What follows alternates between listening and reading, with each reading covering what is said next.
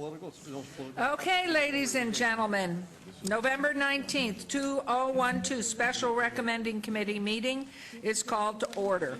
This meeting has been properly noticed and posted in compliance with the open meeting law.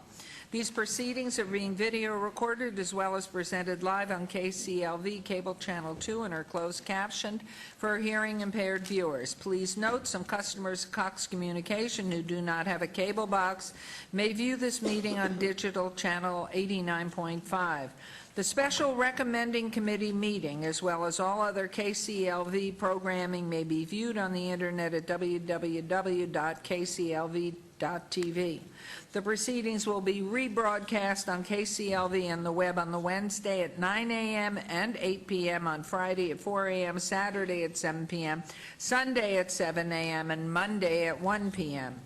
For public comment related to the items on the agenda, we have available a speaker card which you may complete and submit to the city clerk up front here. Cards are available online in the clerk's office or at the rear of these chambers. If you do not submit a card, it does not prevent you from speaking on the agenda items, citizen participation, or specified public hearing items. If there's anyone present today who has need for hearing impaired equipment, please see the city clerk staff up front. If you parked in the parking garage across the street and did not receive a validation ticket as you entered chambers, please exit to your right and see the security personnel at the entrance. We will now move on to item number 3. This is bill number 2012-28. Mayor, before you do, may I interrupt you? Oh my goodness, of course. You're on such a great role. I know you're doing this to wish us all happy Thanksgiving. Yes, as a matter of fact, happy Okay. Thanksgiving to all of you, but actually we have someone very special in our audience today, the always popular and very, very great councilwoman from the north, Jessica Sferrazza from the city of Reno, is here with us today to say hello to our council. Hello, we say hello. How nice to see you. I hope you got a ticket. It's so crowded in here that you could get a seat where you could find you're comfortable. So we welcome you. Thank you, Mayor. Thank you. And happy Thanksgiving. Thank you very much. Okay. All right. So we will move on here. This is, as I said, Bill 2012-28 for possible action, adjusts the ward boundaries of the city in accordance with the redistricting plan. This is proposed by our city attorney, Bradford R. Jerbick. Thank you, Your Honor. If we could trail this till after the next bill, there were some last-minute adjustments to the ward boundaries that Fred Kessler is working on right now, and when the judge has it ready, he'll bring it back. Thank you very much. It will be so trailed, and now we will move on to item number 4. Bill number 2012-51 for possible action repeals and replaces Chapter 13.36 of the Municipal Code relating to the use of parks and other recreational and cultural facilities. This is sponsored by Councilman Steve Ross. And Mr. Jerbick, you're back front of stage. I believe that Director Harson is going to make the presentation on behalf of staff, and then we have Mr. Steed to my right that have legal questions that we'll be glad to answer. Okay, and one other question, this public hearing item, so... Yes, it is. Yes, it is. So we will hear the presentation first, then we'll hear from the public, and we'll go from there. Great. Hello, Thank you. good morning. Good afternoon. Steve Harson, Director of Parks, Rec, and Neighborhood Services. I also want to introduce, I have Chief Freeman with me with D&E. So as we go through the presentation today, I'll probably be doing most of the talking, but if there's any questions with regards to enforcement or legal, I got my backup team, and I will try to make this as painlessly as possible and try to work this through rather quickly. This agenda item, again, is actually an item to update our park rules for the city of Las Vegas. If approved or as we move forward, this would actually repeal and replace the existing park rules and update it with current information as it relates to happenings going on today. The basic rules and administration associated with these park rules were last updated in 1985. Around 2009-2010, the City Council actually addressed some issues as it related to alcohol and glass beverage. So just for clarification, the ordinance before you today does not modify or change any of those adoptions that occurred then. The proposed changes and updates will not change the alcohol provisions and basically cover mostly administrative housekeeping type things. However, there are a few issues that I'm going to walk through rather quickly, 11 specific items that we will need direction from you on. Before I get into the nitty-gritty, I just wanted to say that this has been a collective effort between the Departments of Parks, Rec, and Neighborhood Services, D&E, City Attorney's Office, as well as HR, Risk Management, and Operations and Maintenance. Specifically, I just want to point out Kelly Schwartz with PRNS, Michael Brown with the D&E, and Val Steed with City Attorney's Office has been really the shepherds of this whole process. So this is the collective body of their work. Here are the key items that we are going to ask for some more specific direction on, and these are some issues or questions that have come up as we've gone through the process of various drafts. The first topic is specifically on the camping and lodging, where there could be some different interpretations as the ordinance was drafted. And I know this is a lot, but I think it's to help with the way the language is, and I presented or sent out some information ahead of time last week, but how the language could be changed that as it's proposed on top versus our initial draft of what staff proposed versus what a possible change that could be where we eliminate a lot of the language and specifically talk about camping and lodging means unpermitted lodging, dwelling, residence, shelter, or other similar structure or settlement of possessions that is kept or maintained in a defined area which damages or is unlikely to damage such area, and just stating including the use of tent, shelter, or structure or vehicle for the purpose of sleeping. Staff would propose that we are fine with the first modification or the first draft. At this point, I guess I would throw it, if there's any discussion with the council of preference, option 1, option 2. I'm not sure, Brad, how you want to handle. I think maybe this is just a suggestion. Go through the bill as currently drafted without amendment, and then we can go back to those sections where there have been suggested changes. I know Councilman Beers was at one of the meetings and had some suggestions, and other council members did too. We've tried to reduce those, perhaps, for want of a better term, proposed amendments to writing so that you can have the actual language in front of you. But perhaps go through the entire bill, and then we'll come back to these one by one. Okay. So okay. That's one. Topic 2 has to do with camping and lodging and the prohibition of overnight camping. Again, I think there was a question about the interpretation of what overnight camping and what kind of events that would occur. It still gives the permission or the responsibility to the director, that would be me at this point, but it would include a little bit more being a little bit more specific, can't say the other word, as far as overnight camping activities, and on the proposed option, it would include within a park or recreational facility of those activities where the city is a part of it, or the city is a sponsor, and within Floyd Lamb and Twilly Springs for activities such as duly recognized nonprofit youth development organizations. And we're talking organizations like Boy Scouts and Girl Scouts, just for clarification. Item on the next topic is the prohibition of remote control boats. I know there's been a lot of discussion about this. I think the concern has always been where the fishing is occurring in some of the ponds in, I think, 2 of the parks that we have. So one of the suggestions, and we would propose making the option to change that it is permitted for remote control boats that are battery operated only in designated areas. That allows flexibility that if there's a situation where there's a pond constructed or built, that it does make sense, we just designate that the boats would be allowed or would be included. Firearms. I think there is a lot of discussion or concern with the firearm provision. The way the language is right now does not show any changes as from the previous version. So what we would support in working with D&E is the language would not change, that it would stay as is. The prohibition of smoking in any form. I think for clarification, this originated from a project that came out of a group of kids that did a Keep Las Vegas Clean project. As part of that project, they presented their findings or their experience to the Park and Rec Commission. one of the things they learned and shared with the Park Commission is a lot of the cleanup that they noticed was picking up a lot of cigarette butts. So therefore, their request to the Park Commission was to maybe consider having a no smoking policy in our city parks.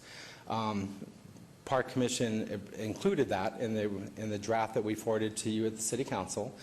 But I think there's some options that you might want to consider instead of being too restrictive.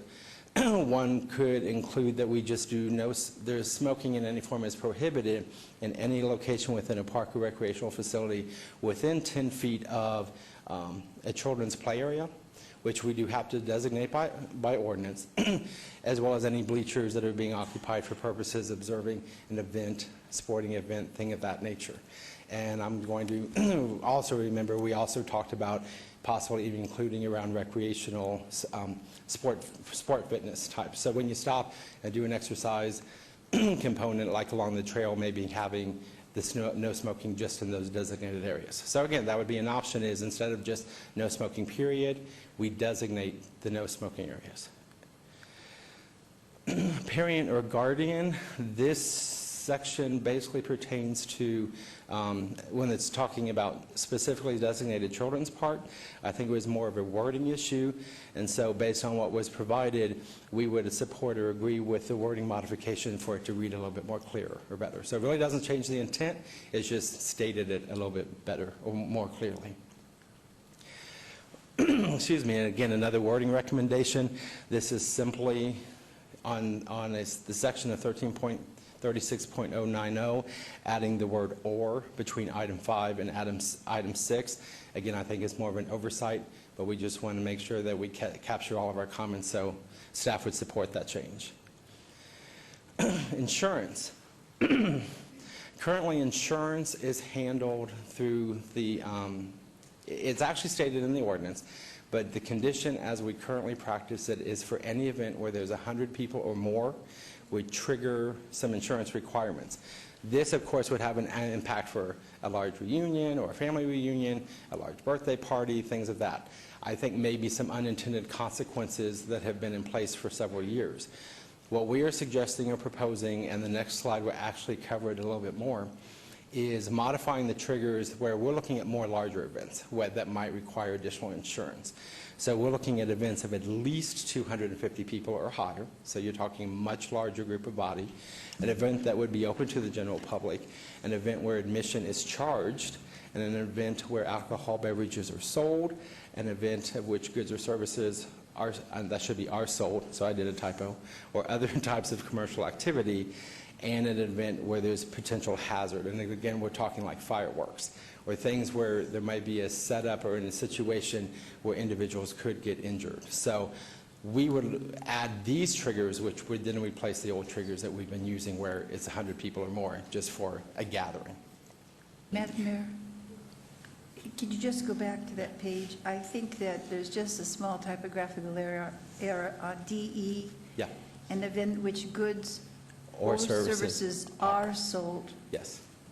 ARE. Yeah, so it should be R. So you caught my typing skills. Was it? You're correct.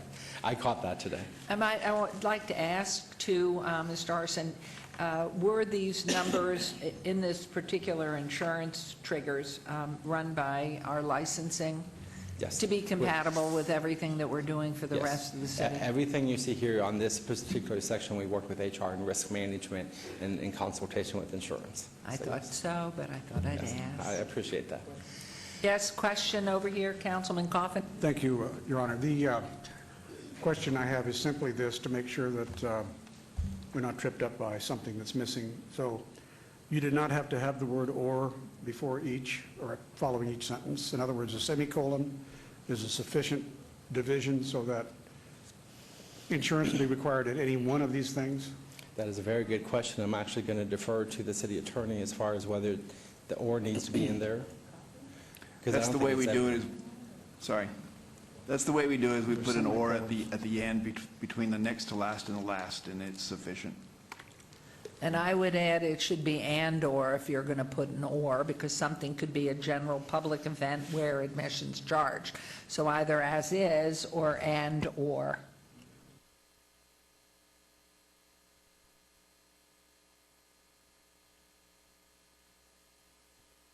There you go. Next item as it relates to insurance. Historically, the specifics of the standards or requirements when it pertains to insurance was actually within the ordinance. And what we find is this has been in the ordinance this way for probably about 20 years, not necessarily keeping up with current standards or practices. So our recommendation is, again, instead of regulating the specifics through ordinance, that would be handled through policy, but the reference of when insurance requirements and conferring where the Director of Parks, Rec, and Neighborhood Services would confer with risk management on those case-by-case basis. So that, again, instead of just a blanket where it might hurt somebody, we have the opportunity to evaluate it depending on the event or circumstance at that time. Permit denial appeal. I think the original recommendation was if someone wanted to appeal my decision, let's say if I denied an event and they did not agree with me, what's their avenue to appeal my decision? And the initial draft is they could appeal it to the city manager or Betsy Fretwell. And we sort of left it at that. I think there was a concern is there might be appropriate times when it does need to come to city council. So the draft or proposed option that we included is they could still do their initial appeal from my decision to the city manager if time permitted. If this is not a time-sensitive thing, because a lot of times events happen within, let's say, 10 to 15 days and there's not time to get it scheduled, we do not hold up that process of getting a decision back. But if there is time, that we could file the papers and bring it before the city council. So that's basically the modification we made on the permit denial appeal. And dogs in the park, there is a provision, again, as most cities have, as far as picking up the feces from an animal when the pooper scooper concept. I think there was concern about the artificial turf, and as was clarified, animals are currently actually prohibited on sports field, whether it's artificial turf or natural grass anyway. So that was sort of already covered, I think, as part of another part of the ordinance. Madam Mayor, I just want to say it's covered, but it's not enforced, Okay. because there's dogs all the time on those playing fields.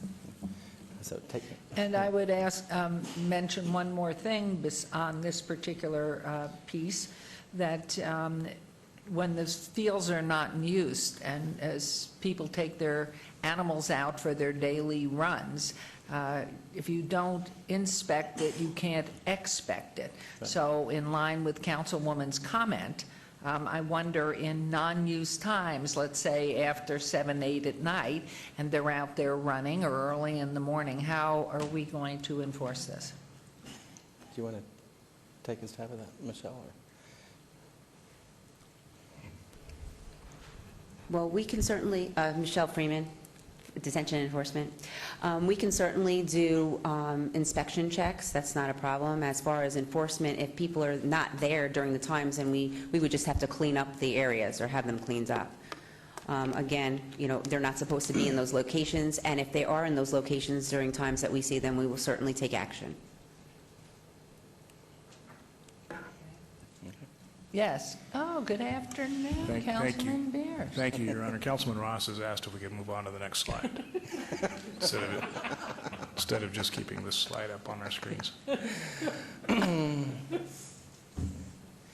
actually, the next slide is questions and comments. So this is basically based on the initial draft. These are some additional questions or suggestions we may have to make changes. So, Brad, I don't know how we handle Well, it. and do we want to have the public hearing portion in case somebody would like to comment on this at this moment? Protect your dogs, come forward. Yes, we do have someone, please come forward, state your name. We have two someone, so one at a time, please. Thank you. Lori Buckman, Vice Chair, Parks and Recreation Advisory Commission. Thank you for hearing my comments on behalf of the Parks and Recreation Advisory Commission. We have taken our time in weighing all of the proposed sections. With the help of staff facilitating research, documentation, presentations, follow-ups to our questions, and advice to legal counsel in many areas, you have before you our product. Our criterion was to update the policies which relate to our facilities. We looked at the health, safety, welfare, and enjoyment of the city's parks and recreation amenities for citizens of all ages and abilities. We also kept in mind environmental good practices, the department budget, maintenance operations, and marshal patrols. Each meeting, we are kept updated on the park operations and given reports by the city marshals. Some of the sections are a direct result of suggestions we heard during the 2011 Your City, Your Way public meetings, which I attended along with other commissioners, as well as presentations during our meetings, most notably the anti-smoking component by our young citizens. As Vice Chair of the Advisory Commission, I want to assure you that our recommendations come from a long and thorough process with representatives of all wards having had an opportunity to participate in reviewing the document, and we hope that you can forward this on to your meeting for adoption as soon as possible. Thank you. Thank you very much. Anyone else, please come forward and state your name for the record. Mayor, before she speaks, may I Yes, just make please, a comment Councilman. to Vice Chair Buckman? Thank you for your service to the city on that board. It means a lot to us, and oftentimes we forget to say thank you to those members of the community that serve in your capacity. So thank you very much. Good afternoon. Hello? Okay. Good afternoon, Mayor Goodman and members of the City Council. My name is Allison Newland Moser. I'm Executive Director for the American Lung Association in Nevada. The American Lung Association is the nation's oldest voluntary health organization. We were founded in 1904, and we've been serving the citizens in Nevada since 1916. Our mission is to save lives by improving lung health and preventing lung disease through education, advocacy, and research. So you might have guessed I'm here today to talk about the smoking component of this ordinance. We would like to encourage the City Council to take up the issue of making all city parks smoke-free for safer, healthier lifestyles for all residents. I would like to share with you that many other parts of the country have already passed laws such as this to protect their citizens. By making parks smoke-free, you have an opportunity to make the air cleaner, reduce fire hazard, and reduce litter for workers to clean up. In California, over 80 cities have already gone smoke-free, over 200 municipalities in New York. The Americans for Non-Smokers' Rights website actually lists 469 different state, counties, cities, or municipalities that are entirely smoke-free. In addition, the Commonwealth of Puerto Rico prohibits smoking in all parks. Outdoor smoke can reach the same levels as indoor smoke, and studies done by Stanford University documented recently that after secondhand smoke rises into the air, it becomes invisible and then drops back down where people breathe in toxins from unseen smoke. In addition, when children see adults smoking in family-friendly places, such as parks and playgrounds, they see that behavior as acceptable and are more likely to mimic the behavior. A critical component in addressing youth smoking is to create an environment in which tobacco use is not considered to be the norm in adult society. Parks are about clean air, natural beauty, and engaging in healthy activities. Kids should be able to play without being directly exposed to the harmful effects of secondhand smoke. Cigarette butts are the most common form of litter. They're hazardous to children, animals, and the environment. Children who ingest discarded cigarette butts are at risk for toxic poisoning, smoking, or burning themselves. In addition, cigarette butt cleanup is costly to taxpayers. I have these comments in writing, which I'd like to submit if that's possible. If you would give them to our clerk, please, our city clerk right up here front, coming forward, and thank you very much for Thank you for coming your and time. participating. We appreciate it. And anyone else wishing to be heard, please come forward and individually state your names, and if you are each going to speak.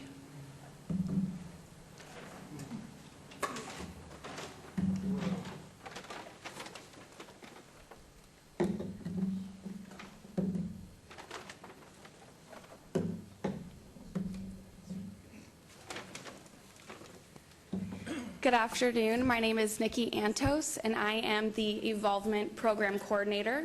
Evolvement is a youth volunteer movement here in Las Vegas, and I wanted to basically talk today about our event that we did in honor of the Great American Smokeout. Our members went to 2 different parks and in less than 2 hours picked up all of these cigarette butts. So I have brought some of our youth members here today to talk to you about why they are urging you to make the correct decision on this ordinance today. Hello, I'm Anthony Paquilin. I'm from Southwest, and I went to the Sunset Park up near Henderson, and we were only there for a short time, but we were able to pick up like a lot of these. Like we had trash bag fulls of cigarettes, and we found them like in the grass area, a lot. Like we found it everywhere, and it's like really dangerous. You know, like a lot of people were walking their dogs at the same parks in the same areas, and if they were to ingest any of these, that would be really unsafe for them. And also there was lots of children playing around. Like there's like soccer games going on, and they're being exposed to all these cigarette butts, all this litter, and all this secondhand smoking. And I think that we have to like make a change. Like because this is very unsafe, and I want to make a change. Yeah. Thank you very much. Hello, my name is Nancy Maya. I'm from the Sunrise Mountain Evolvement Group, and we participated in the cigarette butt cleanup, which we got to witness how many cigarette butts were surrounding the children's playground, which is hazardous for them since they could pick up and eat it, which is unsanitary. And also that's why I believe that parks should be smoke-free, since it's a sanctuary for families and their children. Thank you. Thank you very much. Hi, my name's Alejandra, and I am with Evolvement. I recently participated in the cigarette butt pickup at Shadow Rock Park. We collected an excruciating amount around children's playground. Children should not be exposed to secondhand smoke. Picking up so much tobacco litter was revolting. Thank you. Thank you very much.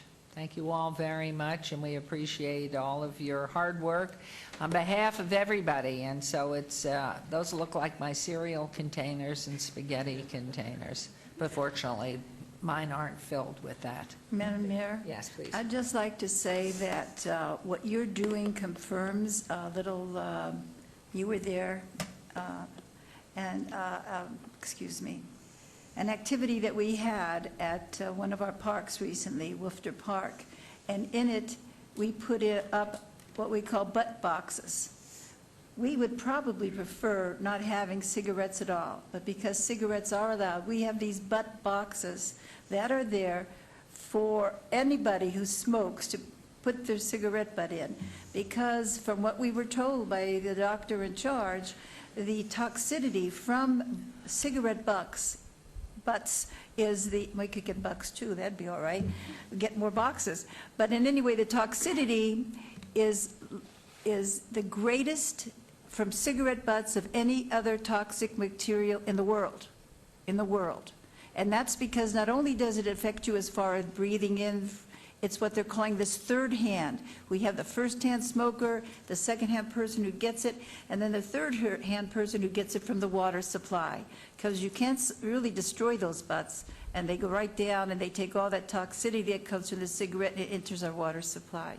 So it's just so meaningful to me. And I know that we got it from a grant, and I believe we have it parks in every single ward now. So if you haven't seen your butt boxes out there in the parks, you can go out there and see them. It's really a good thing, and point it out for people to drop their cigarette butts in. And thank you so much for everything you do. And I want to tell the Lung Association, too, they might get their members to push others to use that, too. It might be better to get rid of all of them, but if you can't get rid of all of them, at least you can help make it less of a problem. Thank you, Councilwoman. And anyone else? So I'll close the public hearing, and Mr. Jerbick, the floor is yours. If I could, Your Honor, members of council, if Director Harson could go to the next slide. It says final direction. If I could make a recommendation, this bill is sponsored by Councilman Ross, and without any amendment, a motion could be made right now to adopt it without any of the changes. However, we listened very carefully during the briefings to those questions that came up, identified those issues. They are on that slide that's in front of you right now. If anybody wishes to suggest a change, this would be the time to make it. The easiest way would be to to ask the sponsor if they would accept an amendment. If the sponsor doesn't, then we'll vote amendment by amendment by amendment to see if they pass. At the end of it, we'll have a complete bill. Or there could be a motion right now. That's my suggestion. So with that said, and by the way, those are the areas that we culled out of the briefings. If there's other areas that we missed that you want to address, this would also be the time to do that. I think in all justification to the public and to ourselves up here, we sadly need to go amendment by amendment. That works. Because I cannot recall every piece of every amendment and wouldn't like to give a blanket there. So I would turn to council. Anybody have a persuasion to do this as one vote? Mayor, Hearing none. if I Oh, may, Mayor? excuse me, yes? As a sponsor of the bill, I would like to make a motion to approve this agenda item as presented by Director Harsons and Chief Freeman in its whole. And should it be turned down, then we'll probably have to go Okay. ordinance by ordinance, paragraph by paragraph. Thank you, everybody heard that. So there is a motion then to accept it in toto as presented. So please cast your votes.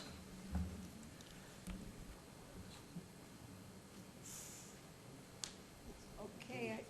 This was to accept it in toto as presented without going through it item by item. So please post. And it's wonderful that you believe in what you believe in, and the rest of us, your brain must be a little bit different, maybe a little more, maybe it's ute. It's ute, you're ute. So, of course, I think there's somebody to your left that's young too. Okay, so here we go. This will, we'll take it item by item. That's correct. If you'll follow the roadmap kind of laid out for you by the director, perhaps starting with camping and lodging, Well, which is and the I very don't first. think we have copies, that's the problem. So we're having, Yes. you have, I'll go back no, to the first slide. no. Honor? Right. May I ask, Your Honor, who provided these to my office? Because maybe this contains the language. There are 6 different packages, and I'm guessing that each one addresses an amendment.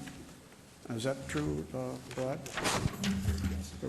So what, these were delivered to our offices November 3rd.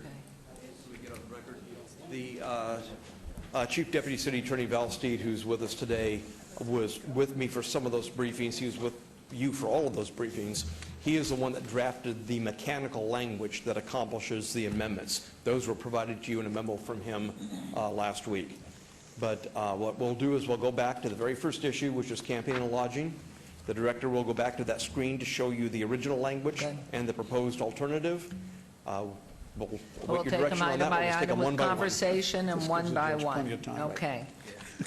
So I see you're holding gifts. Mayor Goodman, this is Val down Oh, here. hi there, Val. Just want to say that some of the changes that were delivered, some of the language that was delivered to the offices of the council has been modified by blanks filled in or additions made there too. So we'll need to talk about that individually. Okay, so I'm hopeful that you will speak to that every time, a change that is not, that is pertinent, you will mention them. Thank you very much. All right, so we will proceed with camping and lodging, and questions, comments as we're passing these out.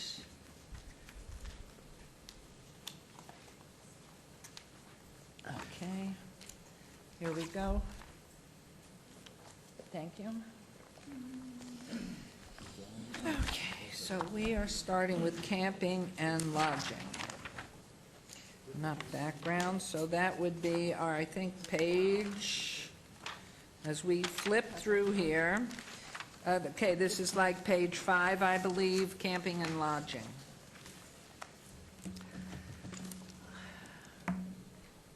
Okay, can we just start off by answering the question in white? I guess the first question is, what's the difference between the first and the second? And the first is staff's recommendation. That is a very broad definition of camping and lodging. There was some question as to whether or not it needed to be more specific and more predictable. Did we sweep up behavior that we didn't mean to sweep up? We didn't think so, but there's always different ways to write this. The second version essentially takes out just about everything we could think Okay. of that could be debatable. It makes it very blunt that camping or lodging is an unpermitted lodging, dwelling, residence, or shelter, or similar structure, or a settlement of possessions that is kept or maintained in a defined area which damages or is likely to damage such area. And we take out all the rest of the language, and we come down to including the use of a tent, shelter, or structure, or vehicle for purposes of sleeping.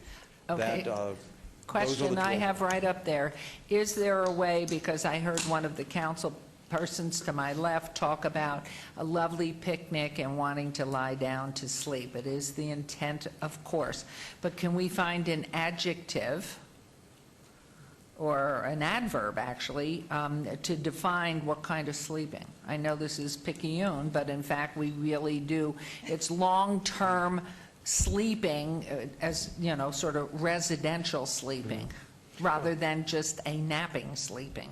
I understand, and I'll let Val correct me, but I'm going to attempt to answer your question. We believe that, as originally written, subsection A says laying down bedding for purposes of sleeping, pretty much tells you that it can't just be laying down a picnic blanket. You're not laying that down for purposes of sleeping, you're laying that down for a picnic. So we think the original language pretty much covers bedding that is intended only for bedding. And that is what we're trying to prohibit, somebody trying to sleep and only sleep. But if you think that that is too broad and too ambiguous, we have the definition number 2, which takes all that stuff out and would eliminate any confusion as to whether or not that's a picnic blanket. It was never the intention of staff to prohibit somebody from going to a ball game and perhaps taking a nap during the game. It was the intention of staff to prohibit individuals from camping and sleeping in our parks overnight. Brad? Let me just point out, Mayor and Council, the draft that I had circulated on this issue starts lining out. If you look at the definition of camping or lodging, it goes through a defined area, and we had actually removed which damages or is likely to damage such area. That didn't show up in Steve's presentation here, but we would not have any language about damage there either. It stops at a defined area, including the use of a tent, et cetera.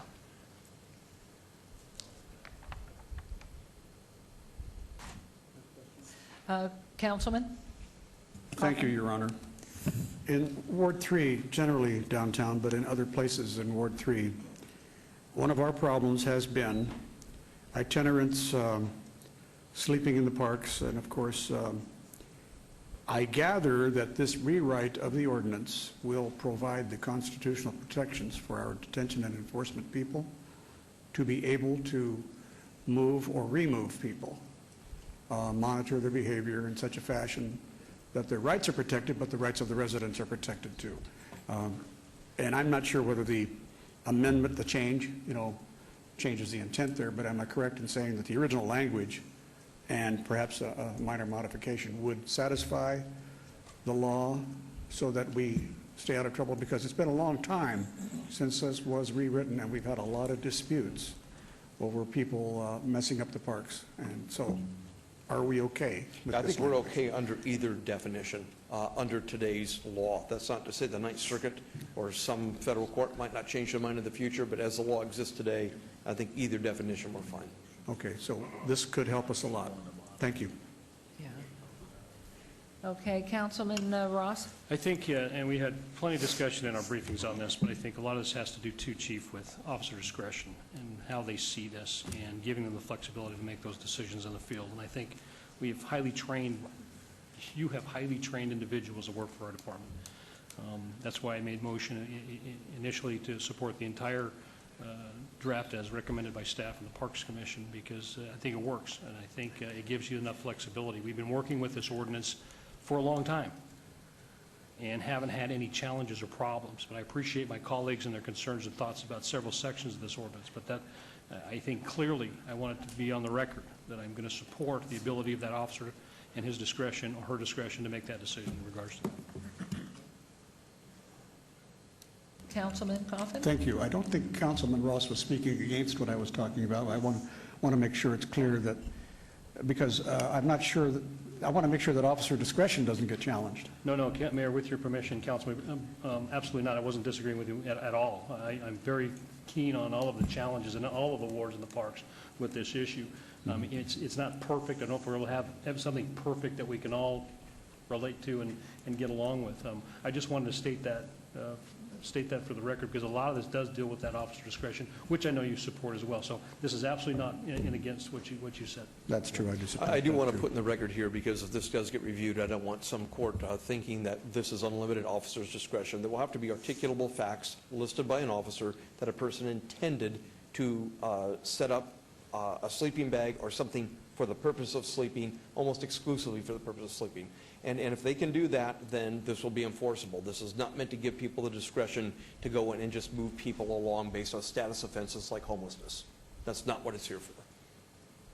Having said that, and I don't want to cut off your debate at all, but at some point in time when you're done with the debate, we'll need a motion to either go with the original language or an amendment. Mayor. Okay, Councilman Barlow. Thank you, Mayor.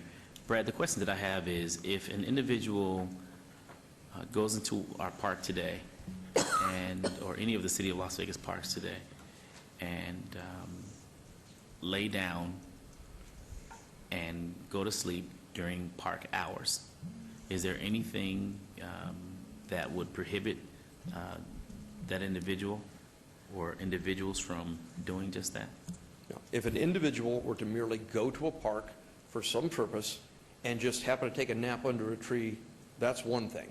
If they find an area, Well, that's lay what I'm down asking. bedding. Is it prohibited from an individual doing that? No, merely sleeping is not prohibited. It's Okay. doing the things in addition to sleeping that are contained in either version 1 or 2 of this proposal that make it a crime, that make it illegal. So if an individual have a sleeping bag and they're walking down the street, past a park, walk into the park during park hours and unroll their sleeping bag and lay down and take a nap, I think Is that an that officer prohibited? could righteously look at that and say a sleeping bag is meant for bedding, it's meant for sleeping, and if they lay it down and that's all they do on it is sleep, they're not watching a game, they're not doing anything else, they are probably in violation of this ordinance. I would go back to is there anything in your vocabulary that could define the type, we know what we're talking about, it's long-term sleeping and making the park a home.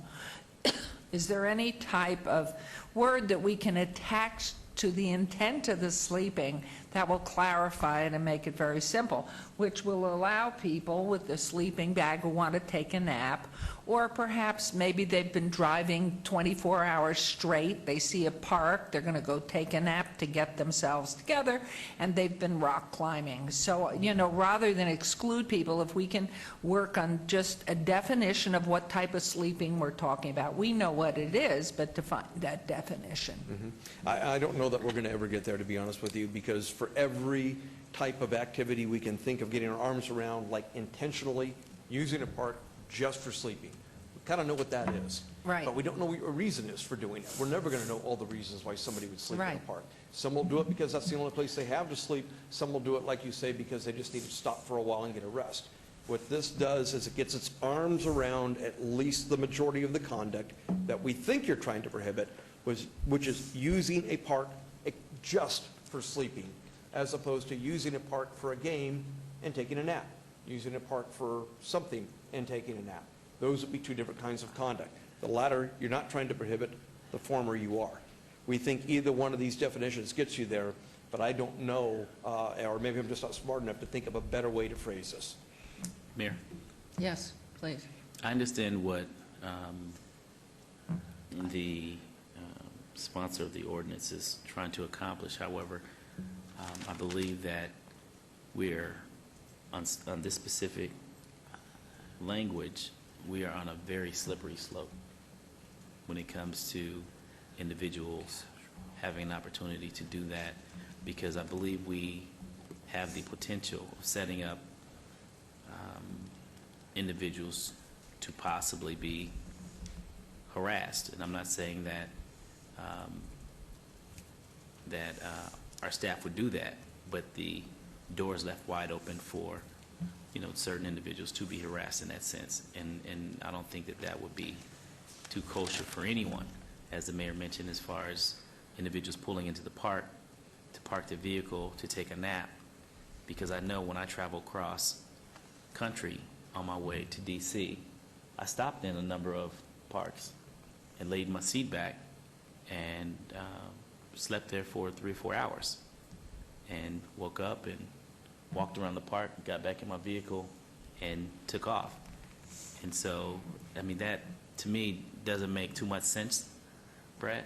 No, wait, let me be clear. If you pulled into a park under either version of this, in a vehicle, for the sole purpose of sleeping, it's prohibited. Right, and that's exactly what I'm concerned about, because I don't think that that's fair. I don't think it's right. And although I understand what we're trying to accomplish here, I believe that that's something that we should be If I might, just as a wording, and, negotiating. you know, I mean, obviously, it does touch on the exact things that Councilman Barlow was mentioning, but maybe, and I don't know if it would work, but for instance, laying down bedding for the purpose of, comma, other than casual short-term napping or sleeping, that it would be sleeping, other than casual, short-term napping or sleeping. With all due respect, Your Honor, we're going to have to say more than that, because casual is in the eyes of the beholder. That could be a minute to one person who has no tolerance, and it could be 3 hours to a person with a lot of tolerance. We're going to have to say something. We're going to have to say, you could say, I mean, it may sound absurd to say it out loud, but you could say more than 30 minutes, more than an hour. You could pick a time. We're just saying that there's so many different ways to skin this, but one of them is not to leave that wide open. We can't just say something like We're casual trying to napping. avoid temporary residential sleeping is what I think we're trying to avoid. Right. And if somebody were driving through and on a long trip, coming through Nevada, to be cited or have something, you know, perhaps it could be other than residential sleeping or purported or intended residential sleeping. Perhaps I can give you a flavor of some of the variety of Discussions that discussion we happen. had over this. You could say no sleeping between this time and this time. You could say no sleeping, you know, when parks are closed. You could say no sleeping, period, even casual napping. There are so many ways to approach this, but now you can see the look on Councilman Ross's face, having sat through many of these briefings. Right. Your Honor, for the record, Michelle Freeman, I'd like to just jump in for a moment. Yes. If I could respectfully just draw your attention to our historical data, and we've been operating, the Deputy City Marshals have been operating very successfully over the years with the verbiage that's actually in place right now. They do use their discretion. However, it's in the best interest of the citizens that are there. They want to make sure that the area is safe and that the rules are being abided by, and we haven't had any problems historically noted up until this time. So I just want to make sure that everybody is aware of That's very that. important information. That's Thank you. very important information. Councilman Coffin? Thank you, Your Honor. Well, over all of this, remember, it's already in the record, it's stressed officer discretion. And in the case of Councilman Barlow, a question might be asked by a law enforcement person if he had been there. There's a vehicle, he's obviously intending to move on to his destination. A Danish tourist is laying down in a park. A Danish tourist may be sleeping on the sleeping roll that they may carry, or they may be using it as a pillow. But the officer discretion is going to say this tourist, could be from, you know, Denmark or, you know, Duquesne, is still okay. He's not a threat to the neighbor, he's not a threat to somebody else. So officer discretion is going to take care of these things. You know, I just don't see a problem, frankly. Okay, thank you. Councilman Anthony, Mayor Pro Tem? Just so I can get to the heart of this, what is the problem that we are trying to fix by this ordinance? What are we trying to stop? Because I think if we decide what we're trying to stop, then the ordinance will be more clear. People lodging and camping in our parks. I think that's the big one. Okay, so if somebody wanders into our park to take a nap, that is allowed under proposed option at the bottom, correct? If they're It is. only there to take a nap, and let's see, let me read the bottom one. So if I'm at On the bottom one, they would have to settle something with them as opposed to just falling asleep on the grass. They'd have to bring something with them that was Right. indicia of their intent to only camp only sleep. So if I'm at a park and I'm exercising and I'm tired and I lay down and I fall asleep, that would be allowed under a proposed option at the bottom. I think that hypothetical, if the officer saw you exercising, saw all that, or didn't see it, and you just told them that you had been doing this and you were not sleeping there, you napped there, you would not be in violation. The marshals are going to listen to that and not going to do any enforcement. But if I bring stuff with me to sleep, like a tent, a shelter, a structure, a vehicle, then I am in violation, because we don't want people to do that at our parks. We don't want them to set up a tent, a shelter, a structure, or we don't want them pulling into the parking lot and going to sleep. I mean, that's not the purpose of a park. So that's what we're trying to stop, correct? Correct. And option number 1 quite clearly gives us the ability to do that as well, just so that you're aware. And in the black and white world, I totally recognize that it would be much more easy to be able to say specifically and really just be able to emphasize exactly what you're looking for, but we don't really live in the black and white world, and it's really important that we do have a little bit of a discretion here. And again, the discretion really favors the citizens out there. So I think really what we're trying to do here is already being accomplished, and really option 1 still squares this away. Okay, so Mayor, so I know discretion is important, but, you know, being a police officer, you have to know exactly what the law says so you can enforce it. I mean, if the law is ambiguous, then it causes nothing but problems. So the one at the top is very clear for you and your marshals on what they can enforce, what is allowed and what is not allowed when it comes to camping and lodging in our parks? Is that I believe so, and that's what we've been operating on without any problems. Okay, well, I'll make a motion to accept. Well, I'll wait. I'll wait. Okay. Questions, Councilman Beers, comment? I'll get back to Thank you. Councilman Barlow. Thank you, Your Honor. I think Val had indicated that in any case, everyone seems to be in agreement on the deletion of which damages or is likely to damage such area. Is that correct? Yeah, that's correct. So any motion that we make would include deleting that language. Okay, so it would be the original language deleting which damages or likely to damage such area. I understand the motion. Okay, Councilman Barlow wanted to add comment and question back to you, perhaps? Yes, Councilman just Beers? for a point of clarification, Councilman Beers, you mentioned that everyone seems to be in agreement with the area in which such damages has occurred. Help me understand what you were referencing, if you don't mind. I could jump in here. Okay. Both the original language and the new language swept up some language that we meant to take out. And the language not only requires that you have an unpermitted lodge, dwelling, residence, or whatever, it has to be kept or maintained in a defined area which damages or is likely to damage. Because that's a little bit ambiguous, we don't necessarily want to have to prove damages, certainly, and we don't want to have to say is likely to damage, because who knows what that is. So by taking that language out, it's just merely having the stuff. We don't have to prove damages or likely to damage in order to prove a criminal case. Okay. And secondly, Michelle, do you have today, setting this proposed ordinance aside, do you have the tools that you need today in order to regulate our parks appropriately from law enforcement standpoint? Without any changes, sir? Is that what you're asking? I'm saying, setting this conversation aside right now, putting a thumbtack in the conversation today, do you and your officers have what you need in the ordinance to help you maintain and continue to protect our parks today with no changes today? I believe so. Okay. Well, I have a question. And to further confirm, you said today you have not been having problems with this?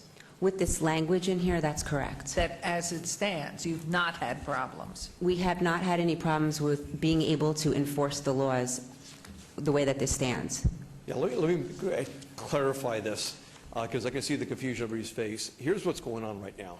We have a parks ordinance that talks about things that are prohibited. Not everything in this new ordinance is in that ordinance. We have a general provision that says the director can promulgate rules which prohibit certain activity in parks.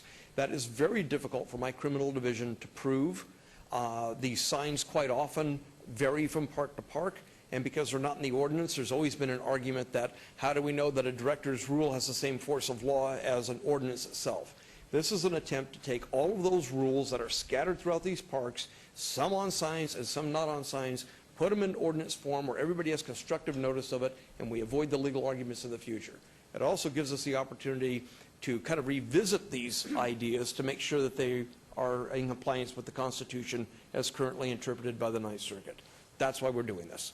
If we weren't doing this, we would continue to have issues in our criminal division with criminal cases. We'd continue to have language on the books that needs to be cleaned up. That's why we're here. Councilman Coffin? Thank you, Your Honor. And I'm not speaking for wards 1 and 5, but we're the old part of town, 1, 3, and 5, and we are the center, and we are the place where people come who are bums. And yet we have this problem. We do. They're sleeping on our parks, and they're, you know, it's not good. I mean, they're drunk, they're intoxicated on various things. And so if, in fact, we have all we need in the present ordinances, then why do we have the problem? And so I'm wondering if this approach now isn't to give you the tool you need to solve the problem, because we do have a problem now. Which approach, sir? The second? Well, if the existing ordinance is forgetting all the amendments we've seen here, and this whole thing is an amendment to the existing ordinance, I guess, everything we see in front of us. Because I cannot tell. This is structured differently than I'm used to. Well, it looks like we have a real problem. So I just want to make sure that what you said is that currently we have the tools. I think in your answer, it was like, we've got everything we need now to take care of the problem. And I don't think that is the case. If it is, we're not doing a very good job of enforcement. Well, and I appreciate you bringing that up, but what's the problem, I guess we're saying? If we're saying, are we able to enforce the law as it stands with the option 1, the way that it reads now? Yes, we have that. As far, we can't discriminate against certain people, so we would not be able to go ahead and discriminate. I know you mentioned certain types of people, but they're still allowed, they still have rights. So, you know, there's a fine line that we would have to operate. We're able to enforce the laws the best that we can, but certainly there are people and there are areas that there's more homelessness concentrated in. That's absolutely correct, and they are there. Well, see, my point was, doesn't this give you some more bright lines to use? Isn't that the point of this bill? The city attorney's shaking his head saying yes. Option 2? Something's wrong. Anyway, the bill in general. No. Option 2 gives us, is more strict than option 1. So the marshals will have less discretion with option 2. We may be talking apples and oranges here. As far as the whole ordinance is concerned, look at this as that drawer in your kitchen with a bunch of kitchen utensils. And some are old and some are new, some work, some you only find out if they're broken when you go to try and use them. That's our existing park ordinance. It's a mishmash of that stuff. So when the chief stands up here and says, we have tools right now, well, sure, we have a director's regulation that says you can't do certain things. But that gets challenged in court. That doesn't get used. That doesn't get enforced. It doesn't have language that's necessarily inconsistent from park to park. So what we're taking is that whole drawer of these tools, and we're throwing them out, and we're getting all new knives today. So that's what you're here for, is decide if you want it or not. Mayor? Yes, Councilman Barlow. Okay. And that's what I was asking you, and you said, yeah, when I asked if you have everything that you need today to address the concerns that are taking place in our parks, and your response was yes.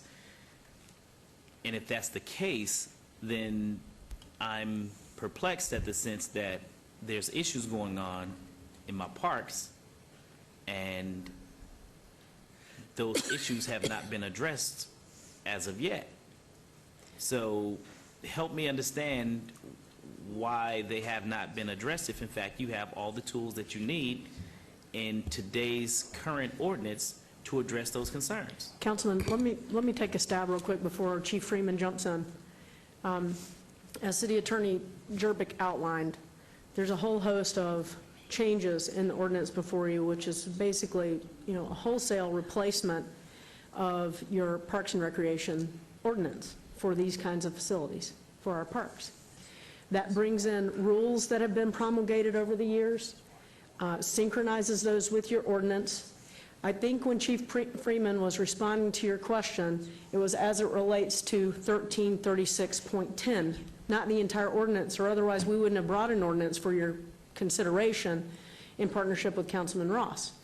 So there are cleanup adjustments that need to be made that bring your park rules, your park ordinance, your guidelines for use, and your activities that are allowed up to date. 20 years is a really long time to go without having some update to how that ordinance is written, given the total number of parks that we've constructed. You know, we've had massive park construction.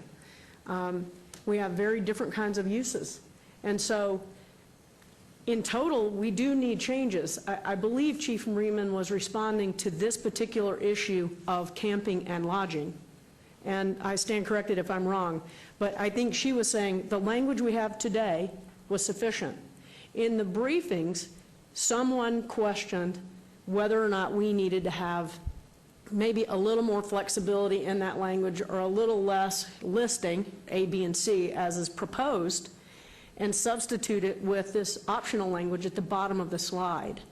So the question becomes, do you want to be more specific, as Councilman Anthony indicated earlier, which is the language that you have before you today, or do you want to make it a little less list-oriented by using the language that replaces A, B, and C with including the use of a tent, shelter, or structure or vehicle for the purpose of sleeping? They're very similar concepts. So the ordinance as it's proposed right now does include regulating this area of sleeping. And it is one that we have been using, but would make consistent. If you want to create a little different way of delivering that message by using the optional language, we can manage within that. It will give a little bit more discretion as far as the interpretation, which could create a little bit of question about interpretation. I think that's what Brad's saying, but we would still be fine. So the answer is we probably need this section unless you don't want to regulate camping or lodging in the parks.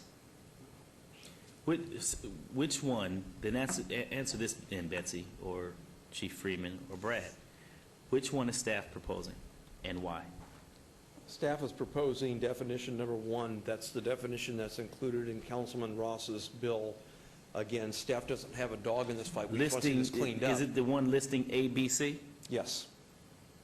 Well, they Correct. both list ABC. Okay.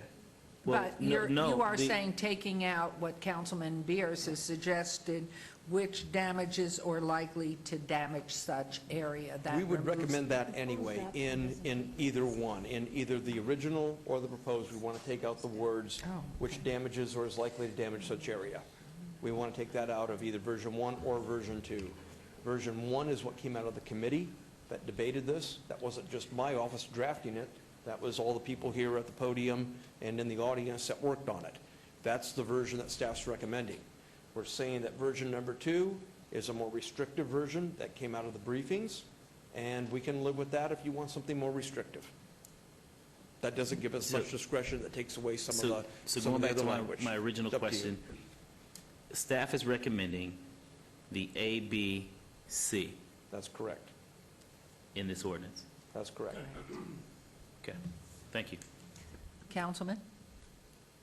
Thanks, Your Honor. I guess I'm the guy that asked the question here that's highlighted in yellow. I'm trying to decide if I should fess up or not. I think I asked a simple question. The answer is yeah, we're proposing to outlaw a post-picnic nap on your picnic blanket because we've always outlawed post-picnic naps on your picnic blanket, but we rely on our marshals to use discretion and not cite legitimate sleepers. Okay. Part of the problem, I think, Your Honor, is that, as Councilman Coffin will attest, I've never seen a legislative proposal that starts with, we're going to delete everything and here's the new one. That format of presentation makes it very difficult for those charged with governance to understand which change is being proposed and for what reason. Some of these changes are mere cleanup to address problems we've encountered in the administration of these ordinances in the eyes of judges. Some of them are a pretty marked change in policy. And we don't have a clean categorization of here's those that are just housekeeping, here's those that are responding to a specific lawsuit problem that came up, and here's those that are new policy. And that's part of, I guess, my orientation to the way we do it at the city. I'm used to seeing that comparison, and some of the questions I'm hearing being asked now seem to be focused in on exactly that question. Is this just a maintenance thing? Are we dealing with a specific lawsuit that had a problem with damages or is likely to damage such area?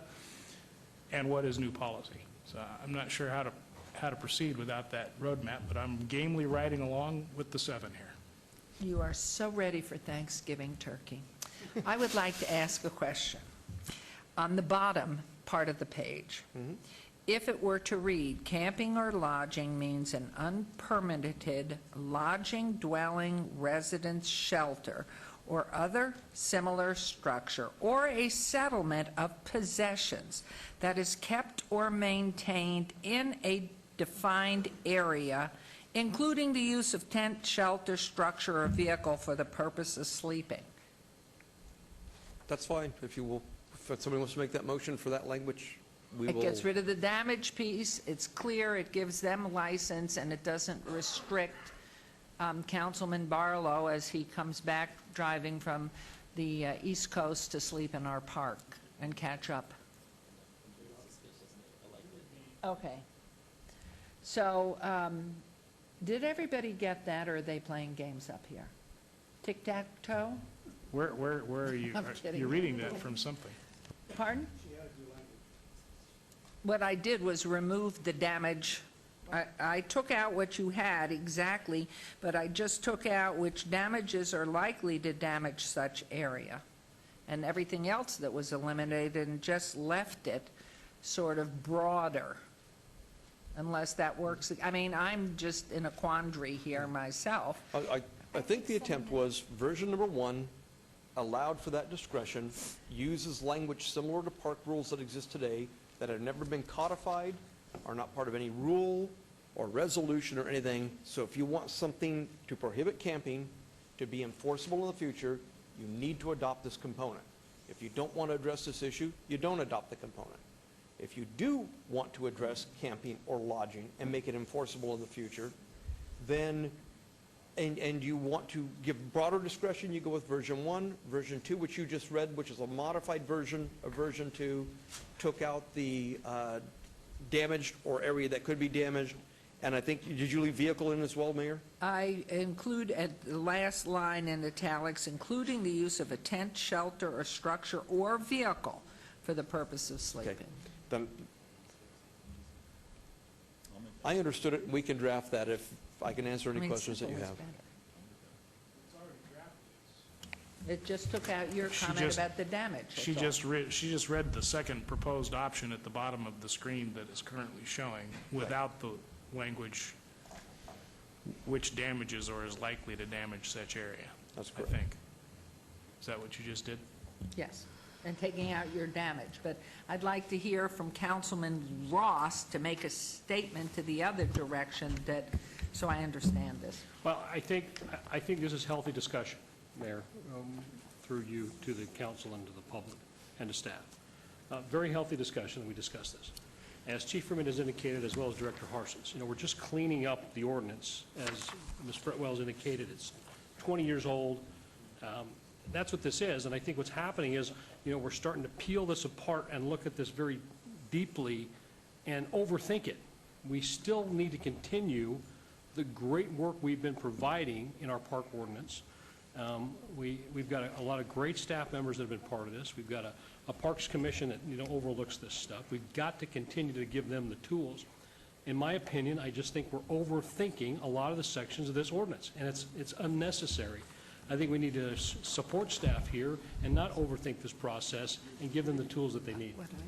If I may, Mayor, Councilman Beers, I think very eloquently outlined the difficulty of dealing with these basically amend and restate kind of ordinances. We don't do it very often, and so it can be kind of cumbersome, and quite frankly, probably is an opportunity for you all to see your rules in action, in this case, 20-some years later, almost 25 years later, since they've been dusted off.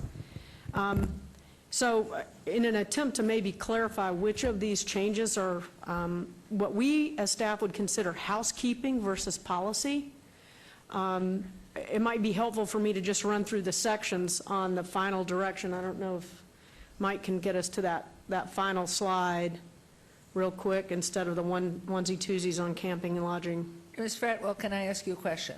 Sure. Is this broken? Yes. This is broken? Yes, it's broken. We That's need to number do one. something, and that's why I would like to clarify. If you will allow me real quick to just get them to go to the slide on page 17. We don't have numbers. Okay, next slide. Okay, one more back, please. All right, so we should be on, okay, camping and lodging. So basically, this change takes what are currently park rules and turns it into an ordinance. All right?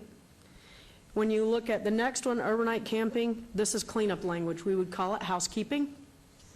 The next one, remote control boats, is also housekeeping.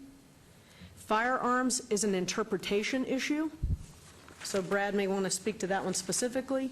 Smoking is a policy change. The parent or guardian recommendation is housekeeping. The wording recommendation is housekeeping.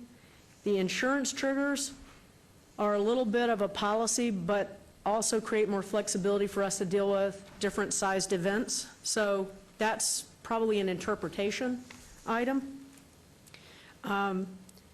Same thing for the insurance requirements. And then when you look at the permit denial and the dogs and parks, those are just cleanups. Those are things that are making sure that your rules, as we've been applying them, based on what a director has promulgated over the last 25 years, are actually in ordinance. So I think Councilman Ross is right. There's not a tremendous amount of change in this. It's just from our practice. This sounds like when I was testifying in front of the legislature, we'd bring bills to the legislature, when I worked for the county particularly, and we'd say, we're trying to bring the legislation in line with the current practice. This bill brings the legislation in line with the current practice, with the exception of the insurance thresholds and the smoking. All right, so I don't know if that helps you, but you know, that's why this is written the way that it's written. And that may help you formulate a motion that might actually be able to get some support so we get that cleanup language approved, so that we don't have disparate rules from your ordinance. Okay. Thank you. Thank you. Okay, any more comments from up here? Is this clear? Okay, it's clear. Councilman Barlow, are you okay here? I stepped away just for a second, but I just want to be clear as far as what, are we in the process of voting, Councilman? Well, we haven't made a motion, Oh, so okay. we're going to have a Okay. motion here All to right. Well, yeah, I'm pending. clear with what you shared with me Okay. prior to me stepping out. So whoever makes the motion, I'll be listening attentively.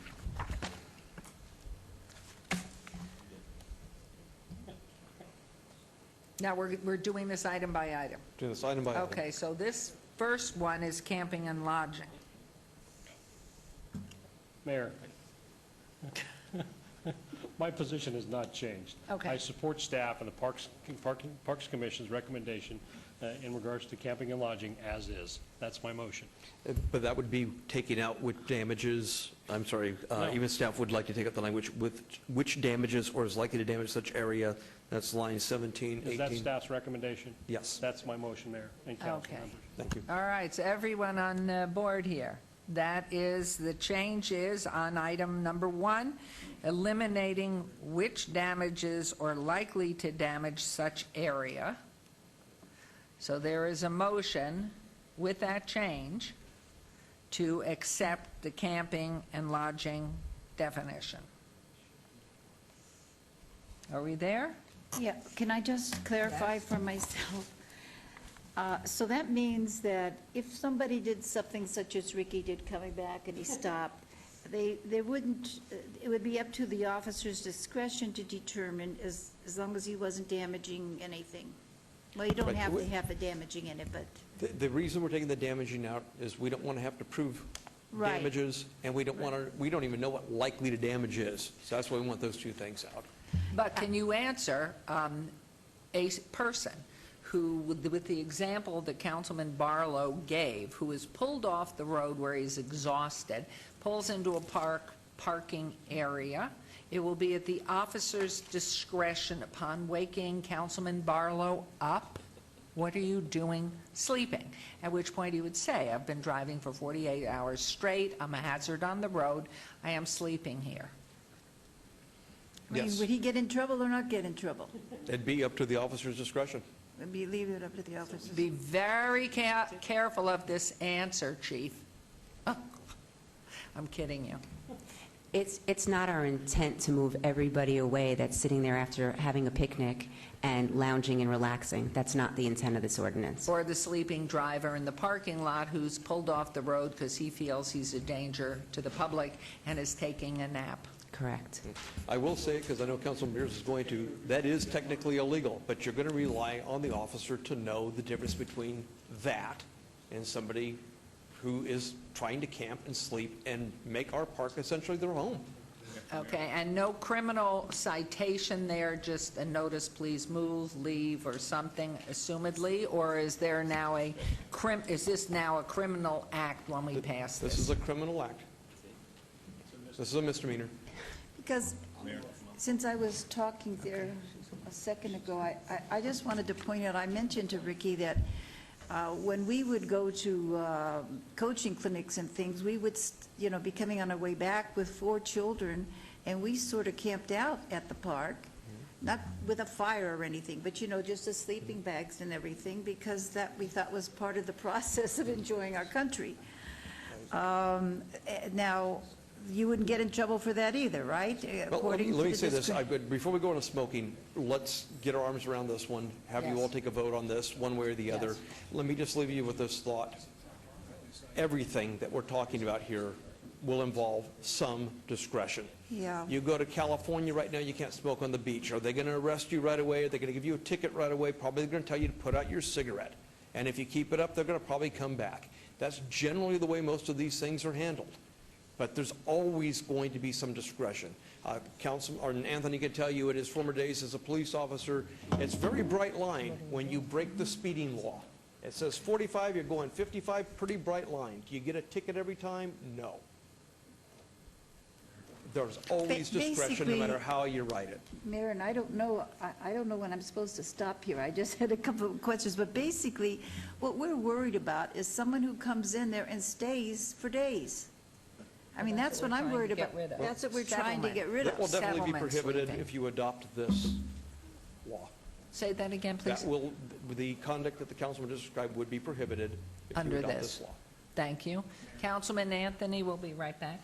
Councilman Anthony. Just so we're clear, that the title of this is camping and lodging. Correct. Okay, so that's the whole purpose, is to keep people from living, camping and lodging in our parks. I mean, so the officers are going to understand that. So if somebody falls asleep in their car, they're not camping and lodging, and the officer can figure that out. They're smart enough to understand the The difference. discretion to the law enforcement. Or else they're cited and it's a criminal activity and a misdemeanor. So technically, yes, adopting this would say that it's against the law. However, right now, we have the authority to be able to warrant, cite, or arrest. And like I said earlier, we're not having any problems with this. We're doing, I believe, the right things. The officers are approaching people that need to be approached pertaining to this ordinance and handling it as diplomatically as possible. So I don't believe that we would be operating the same way we're operating right now.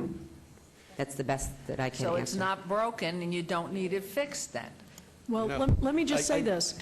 There's something more going on here. Okay. Okay, let me try one more time. Okay, here we And then are. Brad can jump in, all right? One more time. sec, please. I'm sorry, excuse me. If you wouldn't mind, Ms. Fretwell's going to clarify this one last time. Okay.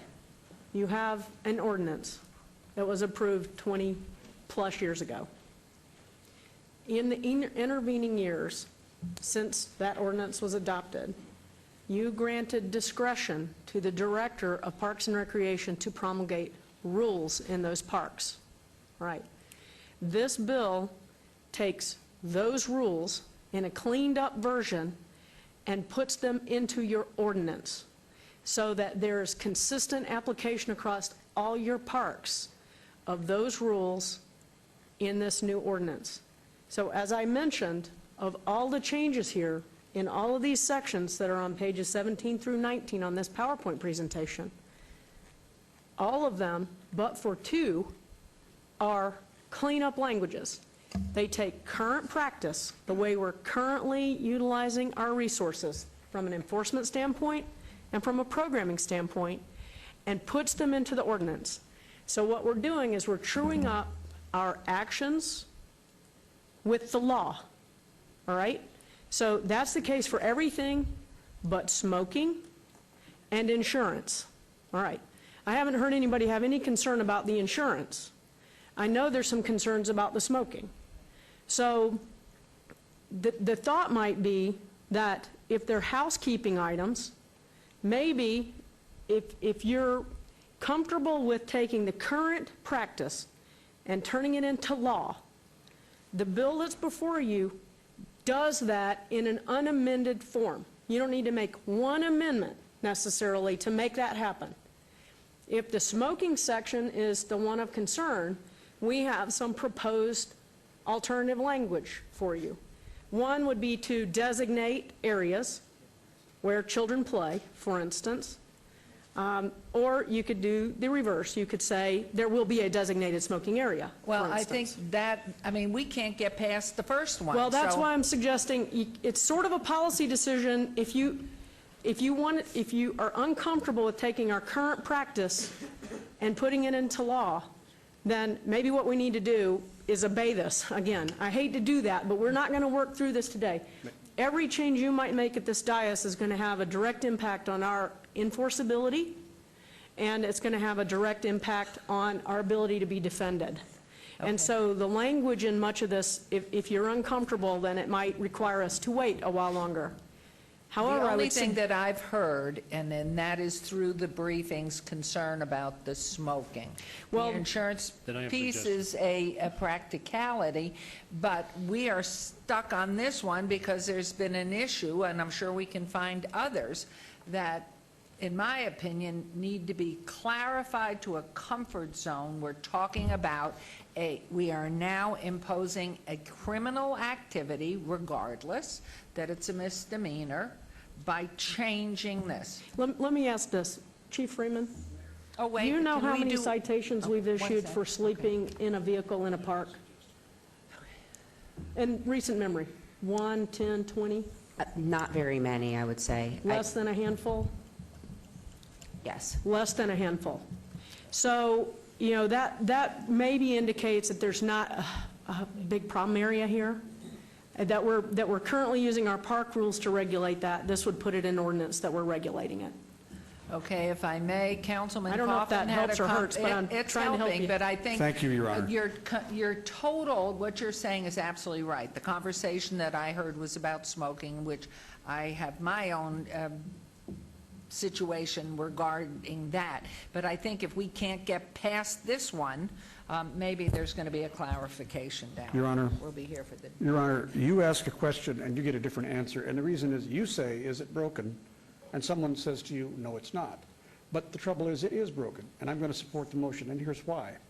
A citizen could not be referenced to a section of code simply by an officer right now and say you're in violation. An officer would have to say, well, let's see, there's this rule, there's this ordinance, and maybe it's repeated here and there, and custom, and that's why you're breaking the law. So it's broken. Now, I mean, Chief, you keep saying you can do it, you're fine with the rules, and that's because you know where the rules are, you know the custom, and you know the ordinances, but they're in different locations. As the city attorney has pointed out, this brings them all together, and it's much clearer for a citizen who will have less gripe if they're cited or arrested for this kind of thing. So it is broken, and it will make it much easier for law enforcement. I know there's parsing of little language here and there, but basically I'm satisfied now after this debate, which is a very good debate, Your Honor, and I'm going to support the motion now because I think this does it. Okay, thank you. Anybody else? We have a motion.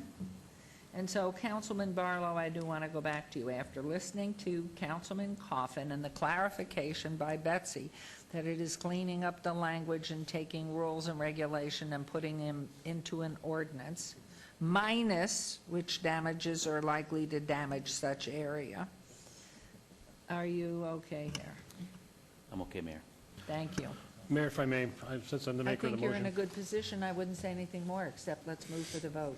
Well, my motion is to accept the camping and lodging ordinance as it is, minus the damaging language Right, you recommended did by that. staff. And I would, no more. I think we got it.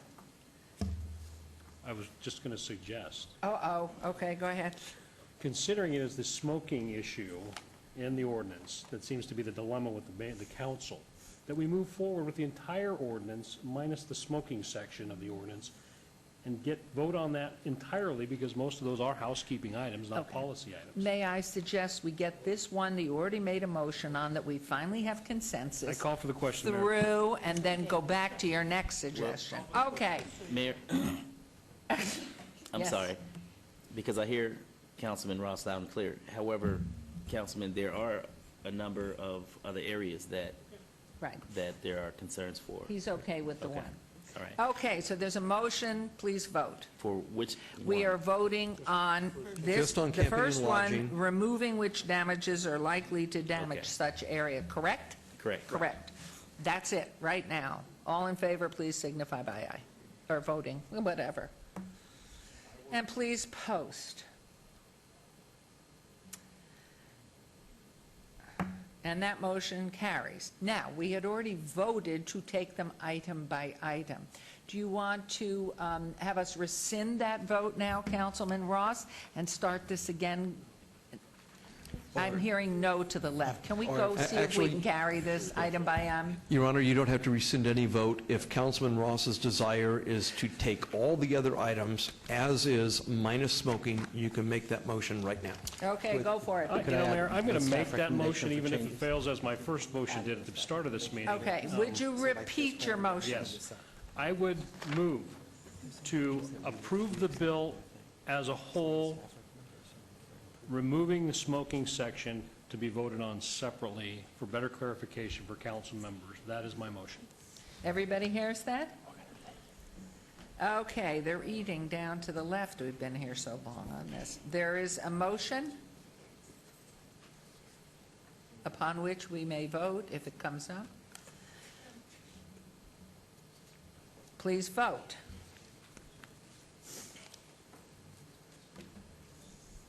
Do you want chairs up there? I think we'll continue doing this. Okay, that motion does not carry. We will move on to the next item, which is now, I'm lost. We have passed camping and lodging, correct? And we are moving on to prohibitions? I think the next provision is, right, overnight camping, which basically is, Betsy indicated, is a housekeeping item. So we Okay. would propose making, with staff's recommendations, to adopt this. And again, it just puts into practice, or puts in ordinance what we're currently doing in practice. Okay. So that is more housekeeping. Okay, So I don't so know a if the councilman- housekeeping, would you like to make a motion, please? We, I'm not- No, we did. it's separate. 020? We just amended that. We did 010, so now this is 020. Would move to approve 020 overnight camping as, Councilman Beers. I'm holding that motion. I believe that, I'm confused because I turned the page from the last page, and I skip over the second grouping here of 4 in the final direction page. So I'm confused as to what this issue is. For clarification, is this issue specifically speaks to when the director has the discretion to approve overnight camping, such as when the Boy Scouts are having a jamboree or something to that effect? That's all this section speaks to. In my zeal, I skipped 2 pages. Okay. You're forgiven. Yes, Councilman Coffin? With this, because it's scrolling on, like the pages, the one line there about 1336 or .020 shouldn't have been there on that first page, because the option would below really didn't relate to that one, so it kind of throws you. So we didn't act on 20, we just acted on 20. Correct. Correct. Okay, just makes so it too if you hard look to- at the final direction on there, you will see the next item is 13.36.020, overnight camping. Okay? Yeah, next. Yeah. Okay, did we make a motion down there? You don't have a light. Motion is to approve 020 as recommended by staff. Mr. Harsons, would you fill in the blanks for me, please? And then that'll be my motion. Oh, Again, pretty much keeps the provision as is. It just allows the discretion of the director for certain situations for overnight camping, i.e. with Boy Scouts. Councilman Barlow? Yes, Mayor. I also see under 13.36.020, remote control boats. Is that also included in the overnight camping and lodging component? No, separate. Because the way it's listed. That's separate. So right now, we're just doing the overnight I'm in camping. this document, and right here, it states under what we're voting for right now, under a prohibition of remote control boats. Back a page. Go back a page. What he's saying is the number is the same, the remote control prohibition. Ah. They're all under O2O. You're absolutely right. That's correct. The 2 pages have the exact same number. They're all the same section.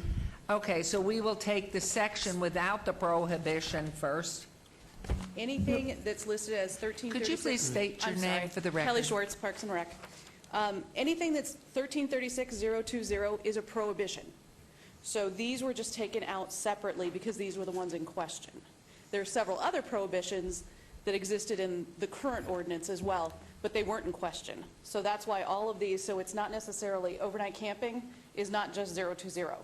Okay. The remote control boats is under there, the firearms is in there as well. Great. So, Councilman Ross, would you amend that to say specifically you're talking about the prohibition of overnight camping? Then we'll go to the next one. Specifically, my motion would be 020, specifically the language regarding overnight camping. That's my motion. Okay, there's a motion. Please vote. Can we now talk on the motion? Oh, I thought we did. I'm so sorry. The overnight camping Wasn't this the only. first motion, no, made? Was this the first motion made? On that particular piece of 020. Okay, the only reason we're still on the motion, okay? I know you're voting, but let's assume that it's open up. What about that question about those cases where you have the overnight, like the Cancer Society's thing? Is that solved? Is everybody happy that it won't be a problem? That they'll still be able to permit that on a case-by-case basis? Correct. That is correct, the way it's written. Right. Okay, thank you. There was a motion and you were to vote, but please vote if you have it. I'm sorry, I don't see, I apologize for being old-fashioned, but I'm used to seeing the language I'm voting on in front of me when I vote on it. That is not, is that, we're seeing the language up? Are we? Mike, will you go back to that section, please? Have we had a motion to accept the proposed Next option? one. There you go. So the bottom in italic. Proposed option, which is 1 and 2 in parentheses, Yes. correct? On a case-by-case basis, the director may permit overnight camping activities and going right down to 1, within a park or recreational facility if those activities are sponsored by the city, or 2, within Floydland Park at Tule Springs if those activities are sponsored by a duly recognized nonprofit youth development organization. 1 second. Yes, Councilman? And help me understand the exception of Floydland Park and Tule Springs. Currently, that is where most all those type of activities are occurring. That is the only park that accommodates the overnight camping. And why shouldn't Lorenzi Park, being that it's a regional park, also be included in on that? That is something we could add. Okay, then I would like to add Lorenzi Park to that. Okay. So it's not a... Well, Lorenzi Park is a regional park. I mean, it's a 50-acre park. Councilman, just a thought. Option 1, the original language, would allow that to happen in any park with the director's approval. So you have two choices. You could take the original language, which says a director may permit overnight camping for a nonprofit youth development organization in any park, or you can go with the more specific language, which is additional language that was proposed as a result of the briefings, that is more specific to including Tule Springs. So you may not need to add every park to our list. You could go with the first one if other people have similar concerns. Well, I don't know if other people have similar concerns. I just know that being that Lorenzi Park is a regional park, then it should be listed. Okay, what I'm understanding was the motion made by Councilman Ross was on the top prohibition, overnight camping, to accept that, not the proposed option. Correct? Yes, Mayor, that is my motion. Okay. Did anybody vote on that would rather have the option? Then we will pull that back and re-vote. Everybody okay up here? Well, Yes, Councilman Beard.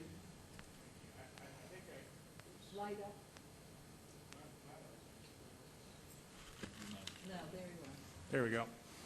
I thought I heard staff say that this addresses the American Cancer Society prohibition that we're writing into ordinance here, and in fact, this cements the American Cancer Society prohibition, as I understand the motion. Val?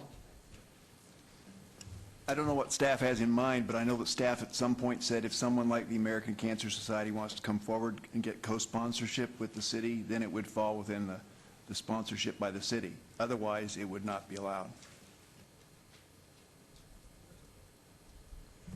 Madam Mayor? Yes, Could I please. just ask, if we're going to consider Lorenzi along with Floyd Lamb, because they're, See, it's not in there. He's talking about one. Okay. oh, okay. Because I was just going to say that maybe we should consider that for all regional parks. But then I eliminate what I said because it's been changed already. Okay. So that is where we are. Is there anyone on council that didn't understand what they were voting for if they voted? And what they were voting for at the motion made by Councilman Ross was the item on the upper part, that is what he was approving, which was city sponsorship would, or co-sponsorship, which would permit the American Cancer Society's Relay for Life.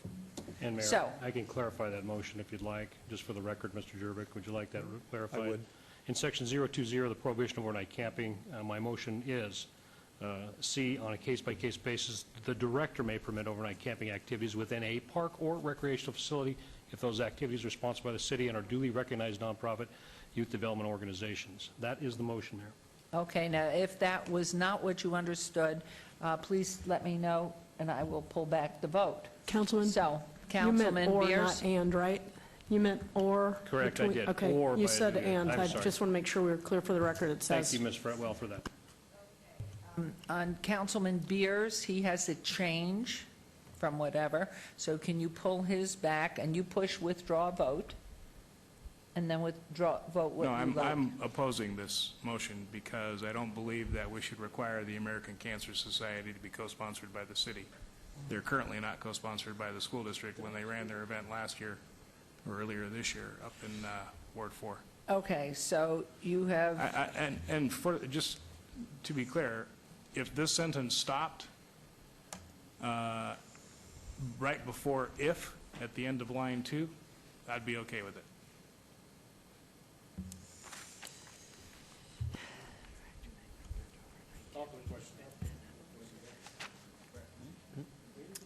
we're going to restate the motion, because I think even our clerks are a little All right, confused. my motion, One Mayor. more time. My motion, Mayor. In section 13.36.020, prohibition of overnight camping. Section C, on a case-by-case basis, the director may permit overnight camping activities within a park or recreational facility if those activities are sponsored by the city or by a duly recognized nonprofit youth development organization. That is the motion, Mayor.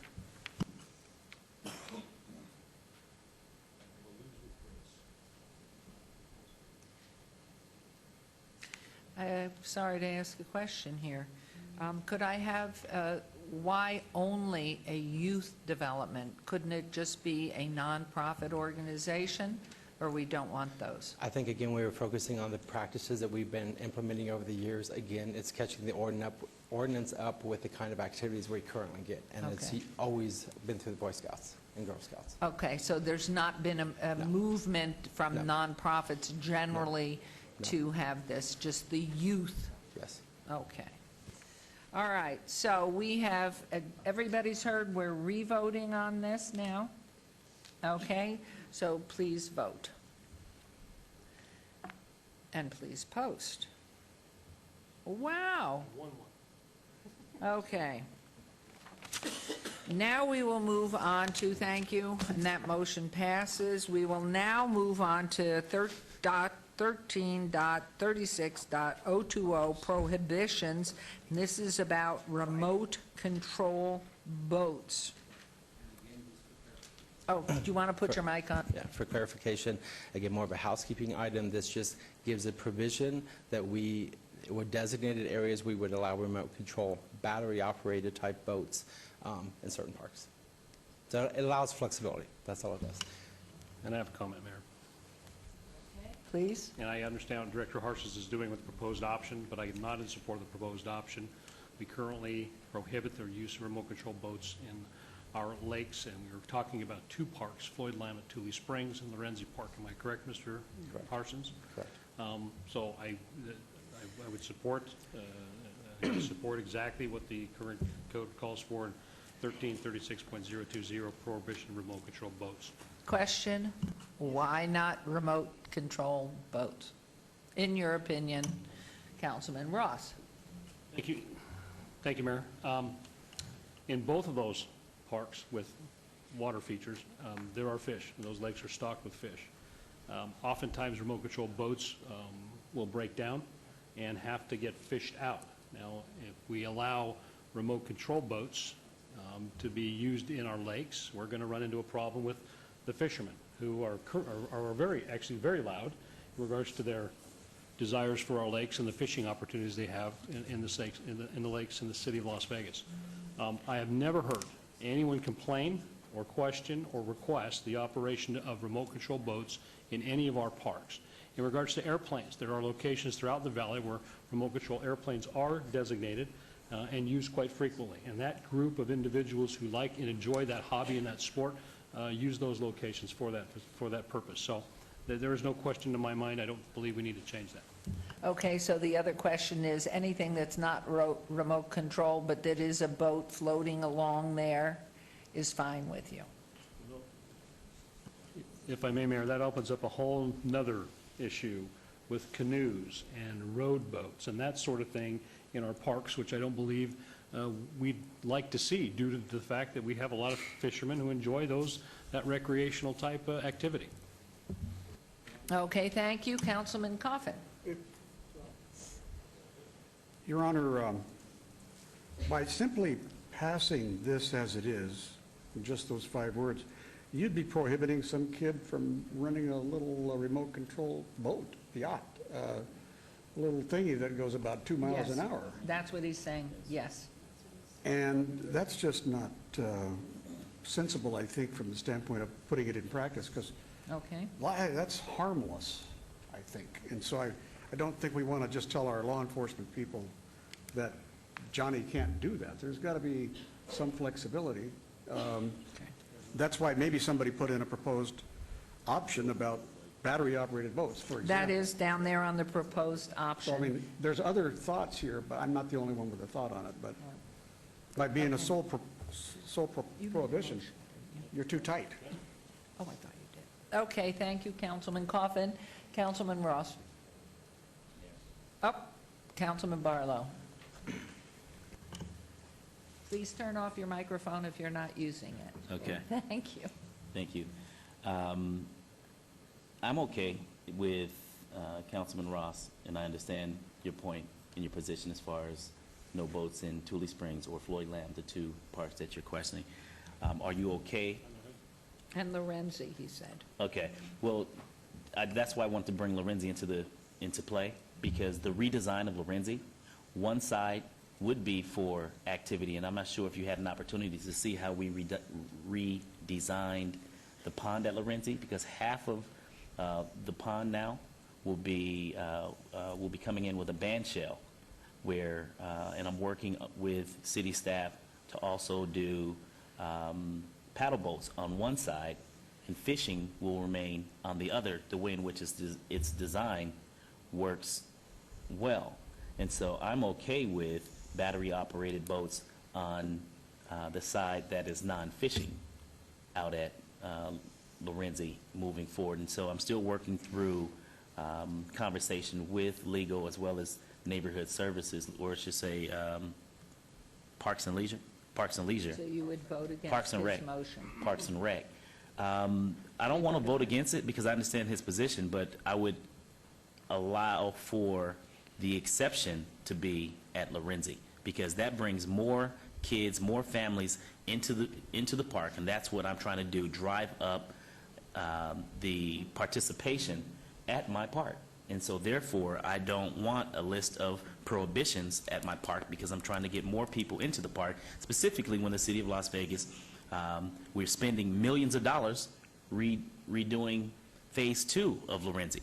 And so bringing the splash pads in, additional barbecue pits, to increase the participation of families, and that will be one added addition and attraction to the park that I would like to see. And so with that being said, what I would like to see is if we move forward, I would like for Lorenzi Park to be the exception added to the ordinance, as far as this is where you can come if you have a battery-operated boat and would like to do that because of the redesign of the pond. It could happen, though, that Parks and Rec would say, we will put up a designated cord. On one side, you can have battery-operated, and the other side, no battery-operated in all city parks, to make it simple and clean. Well, I would prefer to have battery-operated only because of the oils from the gas-operated boats, Mayor, and that will damage the fishery, if you will. So therefore, I would prefer to only have battery-operated anything Okay. in the water. But what I'm saying is that if you make it common across, if in fact the time comes when they can throw a cord across and say, everything on the west will be battery-operated boats, and everything on the other side is for fishing or whatever else is happening. Well, without you having the opportunity to see the redesign of the pond, it's already separated, the way in which the pond is redesigned. Right. No, I did see So that. there won't be any interaction as far as But at Floyd Lorenzi is Lamb, concerned. at the other two Well, parks. I mean, I'm going to go with the councilman of that area. If that's what he wants in his park, then I will support that. But what I'm saying is, I don't want someone else's ordinance to affect my ability to do what I need to do in my ward in order to attract more families there. That's all I'm saying. Okay. All right, so here you go. Through you, Mayor, to Councilman Barlow, you have twisted my arm, Councilman Barlow, and it hurts. I think Director Harson's, I think that's the intent of the proposed option. As I recall, and Councilman Barlow refreshed my memory, that we as a city, and certainly he as a councilman in his ward, will actually have a true Twin Lakes, as it used to be in the heyday of Twin Lakes and Lorenzi Park. When I was a kid, I don't think you were born yet, No, I wasn't Councilman. born there. But that being said, Mayor, I would amend my motion to 13.36.020 on prohibitions of remote control boats. I will support the proposed option, remote control battery operated only, boats in designated areas as, Councilman Barlow, that will be a designated area. That's correct. That's my Correct. motion. So that does not preclude it from going in, should the day come that we do it at Floyd Lamb or any other city park. It is in designated areas only. Okay. Are we ready? There's Mayor Goodman, Val? Hi, Val. You want to leave in airplanes, though, right? Okay. Yes. Yes, I shouldn't say it. It's your motion. I know. Okay. So there is a motion. Please vote. Please post. We pass. Moving along. You're on a roll here, Councilman. Okay. Yes, Councilman Coffin. Thank you, Your Honor. This does beg the question, and I thought about it when we talked about it in briefing. The city needs a place, so when you sometimes have to prohibit because there's a conflict between things, it means you probably ought to have a place dedicated for this purpose, for those hobbyists, and not just send them 25 miles out to the south to that park out there. I forget, Kel Housel's Park. You know, it's in the county, not in the city, and we ought to be providing that for our citizens. And it's kind of like having an itinerant camping village, if you will, where the bum who comes in from out of town is told where to sleep, not at Huntridge Park, and you don't even violate any constitutional rights when you do that. These kinds of things come up whenever you prohibit something, so we have an obligation to try to provide the service if we can. Thanks, that was the end of that editorial. Okay, moving right along. We are now at item 13.36.020, continuing prohibitions. This one is on firearms. Councilman Ross. Thank you, Mayor. And I know this has been a challenge certainly for my friends at the NRA and some others who are Second Amendment supporters, as I am, and also a lifetime member of the NRA. However, this is original language. The only addition, I believe, to this language is the original language. It didn't change. I didn't see that change a bit. Director Harsons? I'm sorry, in clarification, the only part we added was "and archery." I did not note that. So it's firearms, archery equipment, and Oh, I'm sorry. or other Excellent weapons. addition. Yeah, only change. That's the only It's the only addition. addition. And in light of that, and being a strong Second Amendment supporter and support of the NRA, in light of the challenges we've been having in our parks throughout the city of Las Vegas, I'm going to have to support staff's recommendation. I would question to you, knowing children and particularly young boys, how about slingshots? Other weapons. You said other weapons. Now, you're going to get into a discussion. That's not my child's weapon. It's a toy. So, I mean, to me, a slingshot can be really deadly. If you want to make it absolutely clear, Your Honor, we'll add slingshots. Okay. Will you accept that? Do you want to slingshot somebody to death? I think it's well covered under other weapons, but I mean, if that's what it takes, I'll go to our legal counsel's discretion in regards to that. Wide open as other weapons, I agree. And I think officer discretion, Mayor, again, falls into this category. I mean, an officer in the park sees a 3-year-old with a slingshot, I'm certain is not going to be considered a weapon. About a However, in my hand, it 15-year-old? probably would be considered something that I've hurt myself with. How about a 15-year-old with a slingshot? Yeah, that would be considered probably a weapon, and that'd be up to that officer's discretion. So I'm going to support the bill as it stands and the language as it is, and that's my motion. Thank you very much. There's a motion. Councilman Coffin? Thank you, Your Honor. Question before we get into a motion. Okay. Unless otherwise permitted by state law. So what does that mean? For example, I know state law addresses certain permissions or stops prohibitions, because it's overriding, of stopping people with concealed weapons, permitted concealed weapons. Would this be prohibiting people with concealed carry permit weapons from being in our public parks? Yes. The reason I bring that up is because, well, fundamentally, they are not the people that are causing crimes, the people with the concealed carry permit. Now, practically how it would work is a person who's driving around town or doing their job or their duties, or just driving around selling insurance, whatever it is they do. So they're driving around, they want to stop at a park, maybe they see the posting.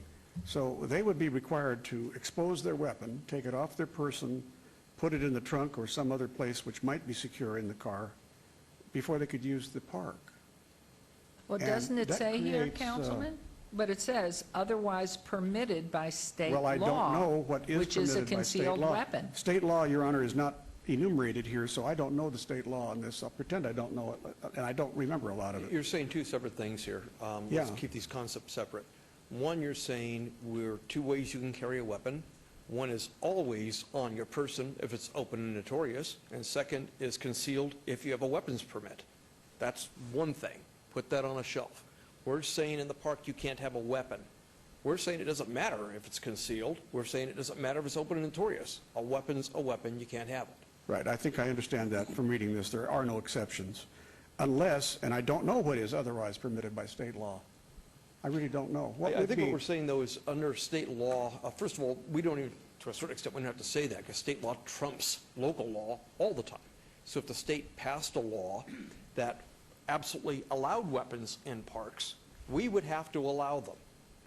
If the state said something different or took away our ability to regulate parks altogether, this would go away. So I think that just acknowledges reality. Just says if state law somehow gives you this permission now or in the future, then that overcomes local law. That's all it's saying. So then, no firearms at any kind, or other weapons of any kind, and it could be deferred. We don't know what that is. I can't support it if it's going to prohibit those permitted carried weapons. That's all, because practically speaking, if we're trying to stop crime or prohibit illegal activities, that's not where the illegal activity or the crime is coming from. So why penalize those who have legal permits? I'm just worried about, it's an overreach, very hard to enforce. In some ways, I mean, you probably could say no firearms that are open, exposed, but I don't know. I don't know whether that requires two separate clauses. Hey, I may not have another vote besides my own on this, but I can't support it because I don't think it helps anything. That's Mayor all. Goodman? Barlow? I agree with Councilman Coffin 100%. Those individuals that go out and receive the appropriate training and go through the hours in which to receive the concealed weapon license, I'm pretty sure you can conduct a study and find out that those individuals would not be the ones going out and committing heinous crimes because of what it takes, number one, to receive the license from the Las Vegas Metropolitan Police Department. And in addition to that, speaking about the state has a law in the books that basically allows for that to take place inside the park. So I'm not sure if, in fact, we are going against the state, and if the state supersedes the city, then I don't understand this ordinance to confuse things even more so. And if, in fact, we have individuals in this community that do the right thing, register their weapons, go and receive the appropriate training, and receive the license, which is a state-issued license, to have a concealed weapons permit, then those individuals should be allowed to maintain their weapon, even in our parks. Because to me, they are responsible because they've gone through the appropriate amount of hours by state statute to receive that license. And therefore, they are allowed to. And I don't see taking anyone's license away or their ability to carry when, in fact, they've done the right thing. And I don't see them as being the criminals in our parks. So therefore, I'm not going to support this item. Councilwoman, please turn off your microphones, everyone. I just, wouldn't that be covered by the second line which says, unless otherwise permitted by state law? Isn't state law allowing you to have a concealed weapon there? So, no, it's not, he's saying. Well, Mayor? that's what, if I may, Yeah, Councilman, Mayor Pro Tem has a comment to that, having served half of his life or better in the armed First forces. of all, CCW permits to carry concealed are issued by the county. They're not issued by the state. So that's a whole different thing. Second of all, so Brad, if you're an off-duty police officer or if you're a retired police officer and have the federal authority to carry a weapon anywhere, under this ordinance, you couldn't take it into a park. Is that correct? That sounds correct, and believe me, if state law would allow that, then it would still be allowed. But if state law prohibits it now, then it would be prohibited. That's But correct. if state law doesn't speak to it, If state law doesn't speak to it, then you would not be able to carry it. okay, well, I can't support this then, because if somebody has a concealed weapons permit, then they're allowed to carry a weapon concealed. They've gone through the process to be licensed to do that, number one. Number two, if you're an off-duty police officer and you're in a park, I want you to have a gun with you. Okay, if you're retired and have a federal permit to carry a weapon, and you want to carry it in there, I think it's just extra protection. So the way this is written, I'm not going to support it. Mayor, just real quick, I just want to Councilman thank Barlow. Councilman Mayor Pro Tem Anthony for that correction.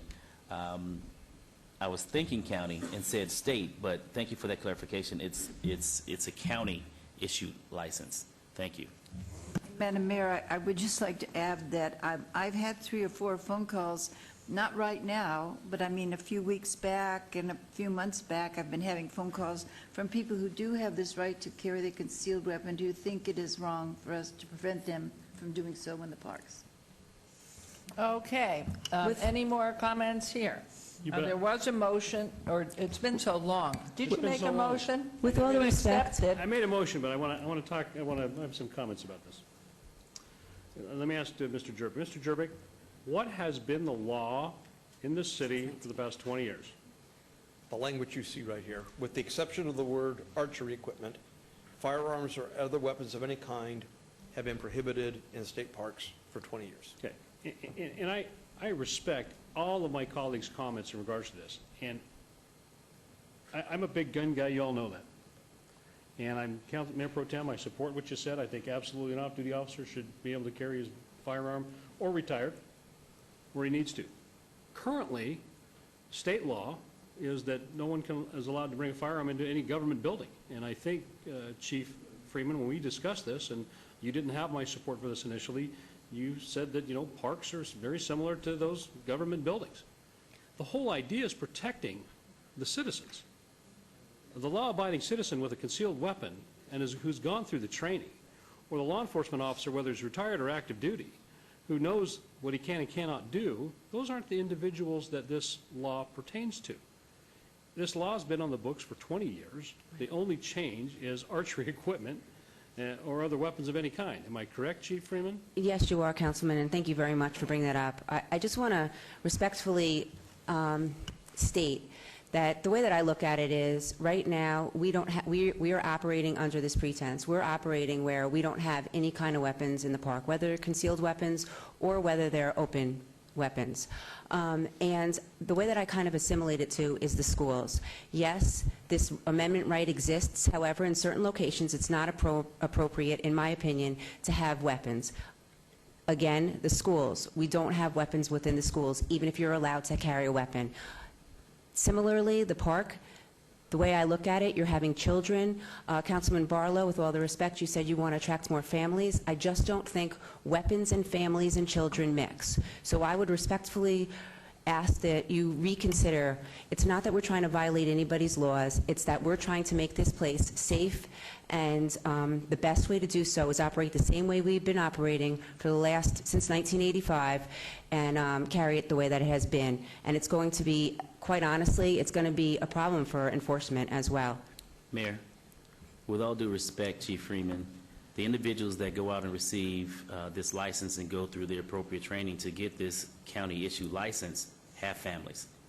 So we're not putting any families in danger in the sense of someone that has a concealed weapon. It's the individuals that are not licensed that are carrying the concealed weapons that did not go through the appropriate avenues in order to receive the license. So that means they're carrying an illegal weapon, period. So I believe there's a distinct difference between those individuals out in our community who choose to go and receive the appropriate training in order to have a concealed weapon. They have a right to have it inside of our parks. Now, someone mentioned this being similar to government buildings. I think that's a pretty long stretch to compare a park to a government building, specifically the federal buildings in that matter. So I understand there, and that's where I tend to agree, where in fact individuals should be reporting their weapons when they come inside of, or leaving their weapons in their vehicle, or turning them in, or whatever the protocol may be when it comes to federal buildings in that sense. But the park is an open space, and one of the criteria to having a concealed weapon anyway is the fact that you are not to expose it. That's why it's concealed versus open carry. So I'm not a proponent of open carry in the parks, but when it comes to conceal, I'm okay with that. And that's just my position. And I believe that it has nothing to do with children being unsafe, because that's one of the major reasons why, in fact, it's concealed. I need to jump in and Yes. make you aware of a couple of things. I'm not trying to influence your vote here. I'm just trying to make you aware of the seriousness of this particular item. At the state legislature, a law was adopted recently that allowed groups like the NRA and other people to challenge our existing practice of prohibiting guns in parks. And because we have always prohibited them, and this has been the language and the policy, and that predated the state law, we were able to argue in court successfully that we can continue to enforce the prohibition against weapons in parks. If the prohibition of weapons in parks is not included in this law, which is perfectly within your right to say so, it cannot be put back later on if you've made a mistake. I want to be abundantly clear on that point. As long as we predated the state law that says guns essentially could be in parks, we can continue to prohibit them. The minute that ends, if you come back 2 or 3 months from now and say, boy, we really want to put that back in, we made a mistake, or we want to limit it or put it in some way, we will not be able to. So I want to make that point number one. Number two, and I'll have to check with Val, would the council be able to, obviously they'd be able to vote for the language before them today, would they be able to vote for language that made exceptions for concealed weapons with a licensed concealed weapons permit and still have the law be effective? And before you answer that, could I add, could it, after this is voted upon, unless otherwise permitted by county and/or state law? County law wouldn't permit it even with a CCW. All a CCW says is you can carry it concealed. It doesn't say you can carry it in a park. It wouldn't trump our law. Okay, thank you. So and that's the other thing I wanted to make clear, and Councilman Anthony will correct me on this. We have different types of weapons. Rifles you buy. They're not registered or anything. That's one type of firearm. All handguns, legal handguns, are registered. All of them. We know who they belong to if they're a legal handgun. On top of a handgun being registered, you can take the additional step of taking a particular handgun, training with it, demonstrating that you can shoot with it appropriately, and get a concealed weapons permit from the county. So that's another level. Nothing about prohibiting a handgun in a park takes away your concealed weapons permit. It just says that doesn't give you the right to carry it concealed in the park. You can't carry it anywhere. I just wanted to clarify what this does and what that doesn't do. Thank you very much. Any question for, and Val, please answer because the question was directed to you, please. I have. Yes, please, go ahead. Thank you. I was going to say that from a desk jockey's standpoint, not a prosecutor's standpoint, I think we have a good argument that if you were accept out CCW, you would still be able to enforce the non-accepted out part because it continues without interruption. Obviously, somebody can argue that you've monkeyed with it a little bit and you've lost that protection, but I think we have the better argument. So if I may, Mayor, question our attorneys. I like what you just said, Brett. I like that a lot. But help clarify this in my mind. A couple of things here. We have a responsibility as a local government to protect our citizens and protect the Constitution of the United States of America. Okay, when we raised our right hand and were sworn into this office, we swore we'd do that. And I remember that. So those two responsibilities in mind. State again how you can include in this prohibition of firearms in our parks anyone who is legally allowed, including law enforcement on duty or retired, or individuals in this community that have the proper licensing and permitting of carrying a firearm. How will that language read so we get this correct? Because I like exactly where you went. That solves a lot of these issues and a lot of these problems. But I want to hear you say it again, so when I make the motion, it is clear and concise in case we need to defend this. Right. What we would add are firearms, archery equipment, or other weapons of any kind, unless permitted by state law or approved under this chapter in connection with a particular event, and we would add additional language to say, or with a valid concealed weapons permit issued by the appropriate authority, or words to that effect. Now, that would, we think, now here's what we've created now. We've just created an issue whether or not any of this is enforceable. Because our argument right now in court is, with the language prohibiting firearms untouched for 20 years, we are grandfathered. Somebody will argue in court that because we made an exception for people with a CCW, that we are somehow not enforcing that same ordinance consistently for 20 years because we made that change. What Val's saying, and I agree with him, is we are going to say that we have prohibited a lot of activity, obviously except for the CCW. We prohibited firearms in parks, and we're continuing to. We think if we get those arguments in court, we'll probably win, but I can't guarantee that. Leaving the language untouched, prohibiting everything, you're pretty much golden. Changing it, we have that risk. Not doing anything, you've got the certainty of never getting this back again. Those are your three choices. So to Councilman, to answer your question, to reiterate, we could add, in our opinion, language that would make an exception for individuals with a concealed weapons permit. Councilman Anthony, for retired police officers, they would have to have a CCW in order to carry that weapon in the park. And if I might ask, could you clarify why, if in fact we went for new verbiage on this, why we could never bring it back should that fail? Why are we precluded from bringing this back? Right. When the state amended 268, they pretty much allowed you or said that, firearms could be in parks. We couldn't prohibit them like we have. Because we had a law in effect before that state law, we argued that we were, for want of a better term, grandfathered. And what we had to show the courts is that we had consistently enforced that law, and it hadn't really changed in 20 years, and it had been in place before the state amended 268. Because we were able to show that, we were able to continue to enforce it to this day. If it goes away, we will lose that continuity, and we will not be able to come back and re-adopt it. This is a continuation, adopting this language. Stopping and picking back up is not a continuation. There's a truncation and then a new ordinance, and that would not be enforceable. And would we then, let's assume it went forward, we were able to get the CCWs included, then we would propose, would that be a new state law, a new NRS, or what? We would simply keep all this language and just add one more exception. We got an exception for permitted by state law. We have an exception for permitted or specifically approved under this chapter. A third exception would be with a valid CCW. And Mayor, with that being said, the idea here, and Chief Freeman, I may ask you to help me clarify here. Bad guys that have guns in our parks, your officers know who those bad guys are. And that's not what this is pointed at.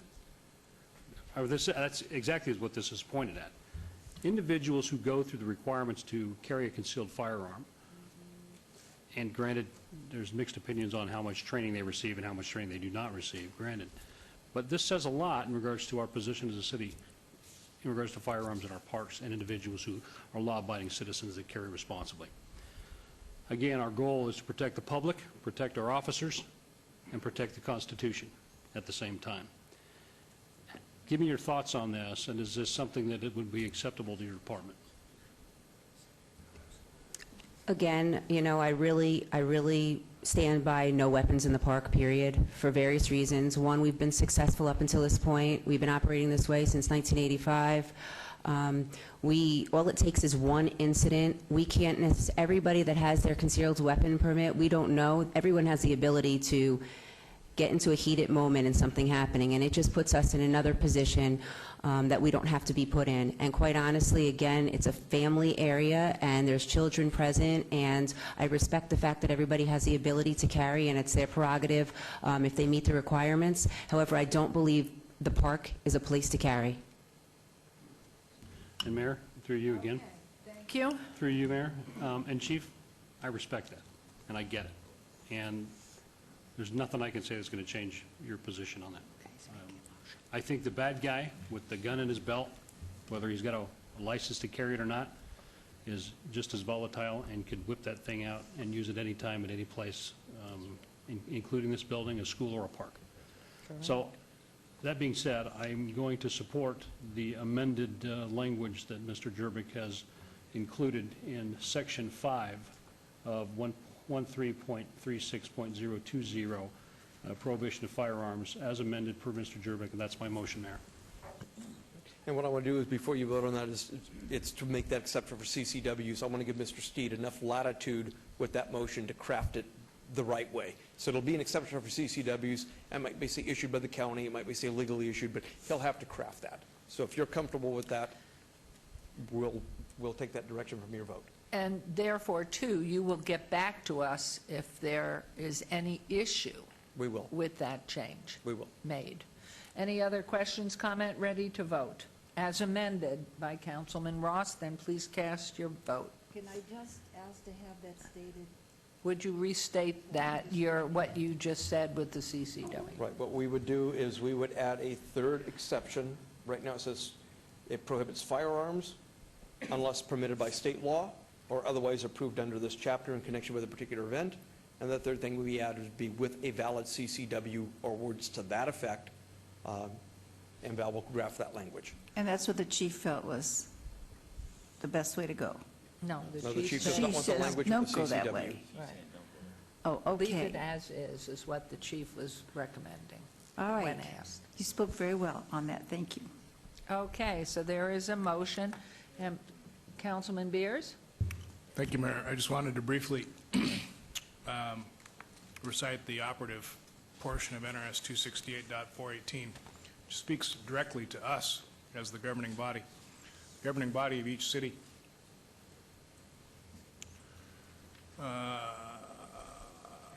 may prescribe by ordinance the regulation of the unsafe discharge of firearms, but we may not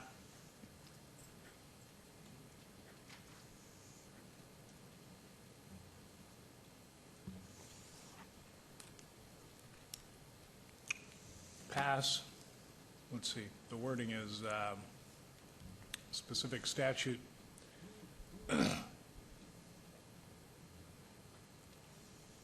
No city may infringe upon those rights and powers. The legislature reserves for itself the right to regulate the area of weapons and precludes us from modifying or passing any ordinance.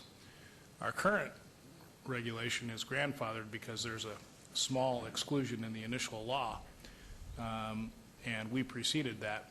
You know, some question in my mind as to whether or not our action today, which is repealing that law and replacing a new one, the act of replacing it, I think violates 268.418. And so I will be, although I think the discussion has moved the ordinance in the right direction, I will be voting no. Any other comments? There has been a motion with the comments as added by Brad Jervik to be reviewed and brought back if there's any problem, and approved from Val Steed. So there's a motion, please vote. And please post.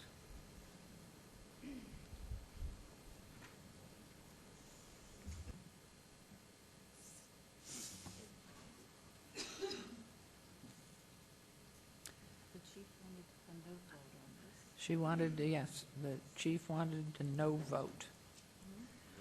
And your posting, I hope it didn't post. I didn't see it. It was so fast. Goodness. The motion carries as proposed by Councilman Ross with that addition. So now we can move on to Prohibitions, and this is regarding smoking in any form. It's 13.36.020, smoking in any form, and it is as stands or the proposed option or anything else you'd like to suggest, Councilman Ross. Thank you, Mayor Goodman and council members. I am adamant about my position in regards to this. We currently prohibit smoking in any form in our parks. Am I correct, Director Harsons? Yes. And that is my position, to continue to prohibit smoking in any form in any of our city parks. That's my motion. Okay, everyone hear that? There's a motion to prohibit smoking in any form, any way, in any of our parks. And so will you please vote on that? Question? We have a question. Yes, Yes, ma'am. Councilman Barlow? Mayor, I am not a smoker. However, I believe that our parks are an open space where families do smoke, fortunately or unfortunately, depending on your position of smokers. All I can say is the fact that this is an area that government could be very far-reaching. So therefore, I don't want to reach as deep as the proposer of the ordinance is proposing.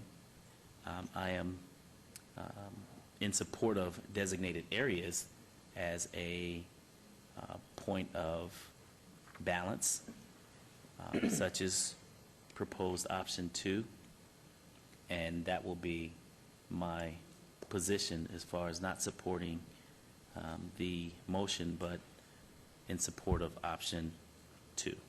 Thank you. Councilman, Mayor Pro Tem, Anthony. Thank you, Mayor. I agree with Councilman Barlow. I mean, some of our parks are absolutely huge, and there's places that you can sit down and smoke a cigarette or smoke a cigar. You're not bothering anybody. I am going to vote against this, but I'm hoping that option B will come up as a motion, because I don't think you should be smoking by children's play areas, and you shouldn't be smoking in the bleachers during recreational events.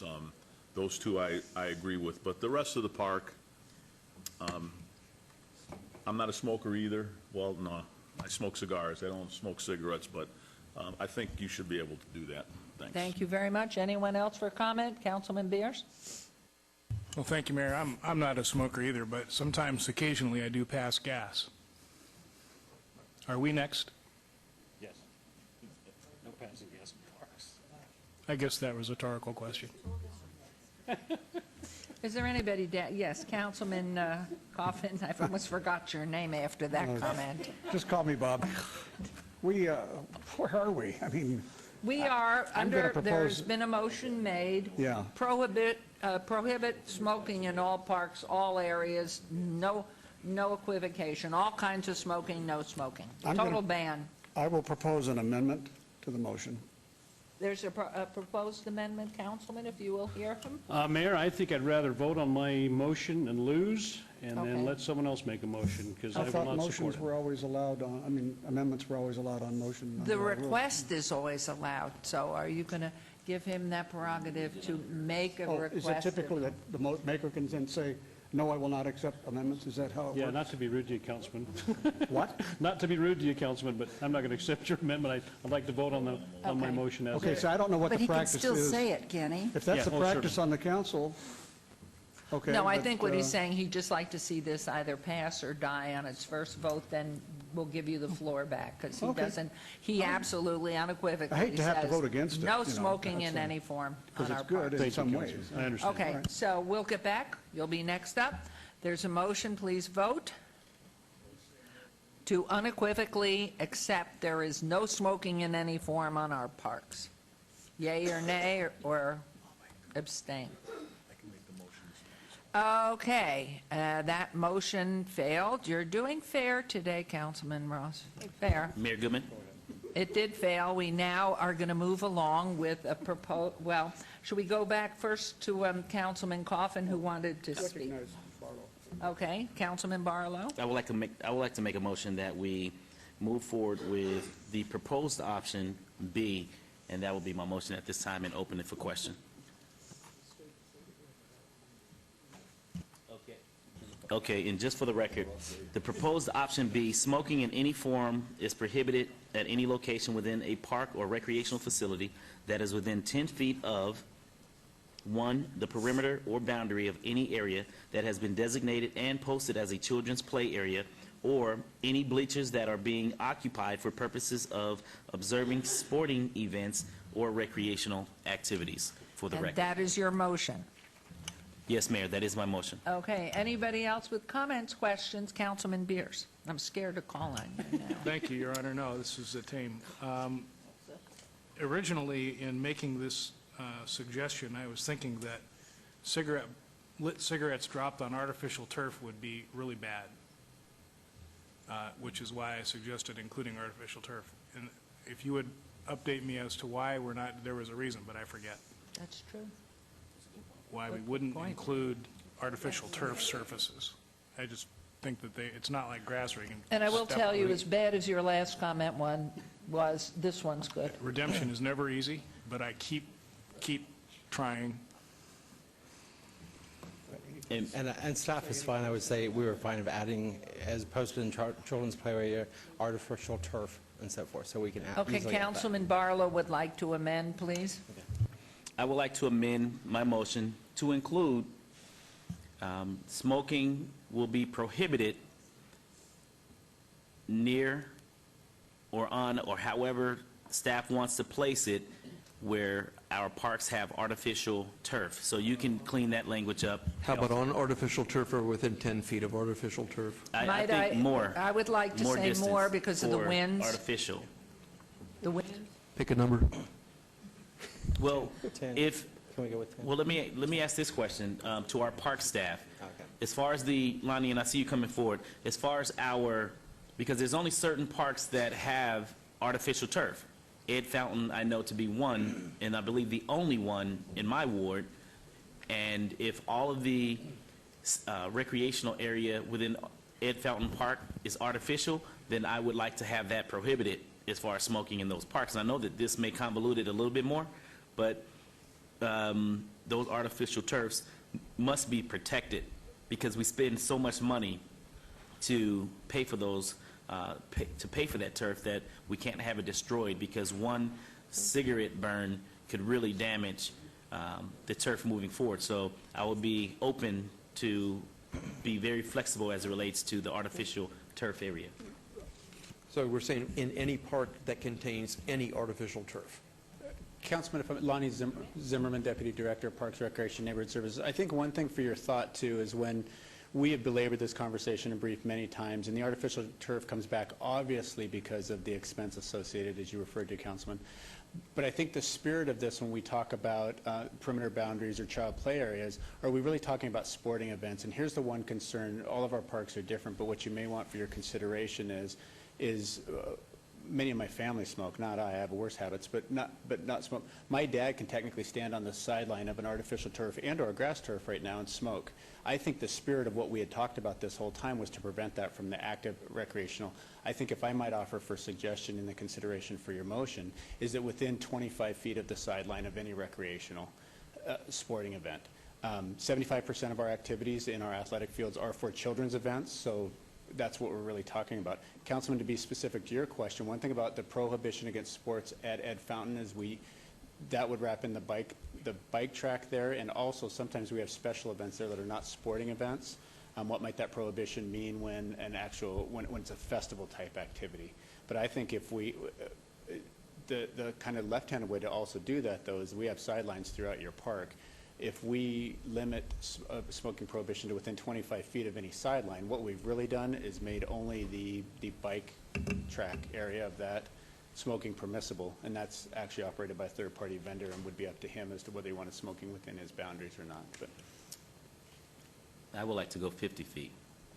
and I think, as City Attorney Jervik said, is we can make that number anywhere. I think that 50 gives us a lot of latitude. There's between most parks, there's less than 50 feet. So if we looked at Kellogg's there, currently maybe safer to say Washington and Buffalo, because I know the second half of this meeting is redistricting. But if we look at KZ, what we've really done is effectively prohibited, if we use 50 feet, smoking within the linear mile. There will be a special events area, what we know is a special events area where people could go and smoke right now. But within the 11 athletic soccer fields is within 50 feet. You would not be able to smoke anywhere within that diameter. You could get out on the trail, per se, I guess, and smoke. Might be a whole different conversation, but if we use 50 feet, we've prohibited it from that sporting area, both the natural grass and the artificial grass. How about does that preclude it being in the parking lots? I would ask some assistance from the city attorney. I would say if the parking lot is more than 50 feet, my interpretation, if it was more than 50 feet away, then it would be okay. If it's within 50 feet, it would prohibit it. Thank you. Then I would like to amend to 50 feet. Okay, so is the motion for proposed option B with the additional language within 50 feet of the sideline of the field of any sporting event? Okay. Do we need to use turf or just any field? Lonnie? Again, my staff recommendation for the best, I think the spirit of this when we started was to, around our exercise equipment and to protect our children and our participants on the athletic. From a staff point of view, and so as again from an enforcement point of view, is to outlaw that. If we're going to prohibit smoking, I think we're safest in that athletic environment from both artificial and from the natural grass. Good question. Okay. Your Honor, Yes, thank you. question. Go, please. I am concerned about distance here. The farther the larger you make the number, the harder it is to enforce. It's pretty easy to tell what 10 feet is or 20 feet. You know, you can stride that off. When you start looking at large numbers, like 50, it's a little harder for someone. You could create a lot of disputes out there amongst people now who are saying you're 50 feet, you're not 50 feet away, and they're 50 maybe, or they're 49. And you could have a lot, practically speaking, how do you enforce the 50 as opposed to a lesser number? I just wondering, I mean, as it is, I think if you get to that length, you do have a problem, and our law enforcement people are going to have to carry a tape measure with them. And no joke. It will become disputable as to the distances. Well, Councilman Barlow on a sidebar here says 10 feet can be disputed. That's true, but I think it's easier. For instance, it's easier to demarc a distance to the closer it is. 50 feet may put you in the street in some circumstances, which is an effective prohibition. It depends on how many fields there are on, and then running tracks. By the time you add it all up, 50 feet puts you in the street. So, Okay, that any can other happen. comments? That can happen on the smaller parks. Thank you very much. Councilman Beers? Be very careful. A microphone? Can't hear you, Matt. Phone on. My button's on. Hands-free. Are we, is the motion been amended to prohibit at an active field, distance from an active field, separating it from an inactive field, so that it would be allowable behavior to go out in the middle of a turf field where there's no one playing and sit down and smoke a cigar? Right. I think that's a good question, and it needs to be answered. Do you want to say during park hours? Do you want to say during active operation? And then I have Do you a want to flip, say- and then I have a flip question as well, which is that even in a non-used field that is made up of artificial turf, I still am concerned that the act of dropping a cigarette and stepping on it would damage the turf. I don't know that to be true. And so that has nothing, that has to do with the surface that you're on, not the activity not the other activity and the other people that are using that surface with you, if that makes sense. I think, Councilman, to answer your question, the propensity for damage is greater to throw the match on the ground and not stomp it out. If we could be assured somebody would drop their cigarette and properly stomp it out, it probably wouldn't do turf. The staff recommendation would be and I'm sure as soon as this comes out of my mouth, I think all of our artificial turf is a sports field turf. But again, staff recommendation, I think to support the encompassing nature of this would be all artificial turf all within X amount of feet, whether it be 10, 20, or 50, of sports fields. Our sports fields are clearly delineated out there, either through lines or through fencing. So to be comprehensive is what we were trying to recommend as staff, is to keep smoking away from our physically active, whether it be exercise amenities or a children's play area. It comes up in bleachers, but the truth is all of our sports fields do not have bleachers, either artificial or natural grass. So if we limit to that, we can actually get up, walk 20 feet down the sidelines and still expose both the children and the participants and all the observers to it. So I think in the spirit of what we're trying to getting at is to absolutely outlaw smoke or prohibit smoking from any artificial turf, from any sports field, and then from the posted children's play area to accomplish the staff recommended goals.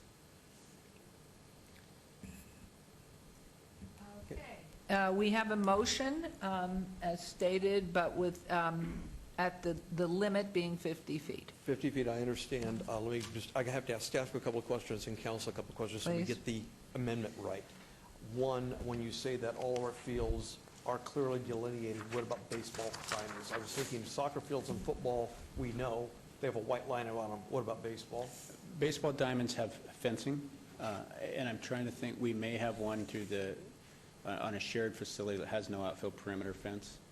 So there could be ambiguity there to Okay. answer So we'll your have to question. work with Val and staff on that language. So if you say 50 feet from the perimeter, sideline, and/or, and that's language we'll have to fill in. We're comfortable with the motion. The second thing is, we talking during park hours or during active operation of the field, keeping in mind, active operation is everything from a full-blown game where the referees are there to 3 or 4 kids just kicking a soccer ball without a game going on. What do you want? We need to know that.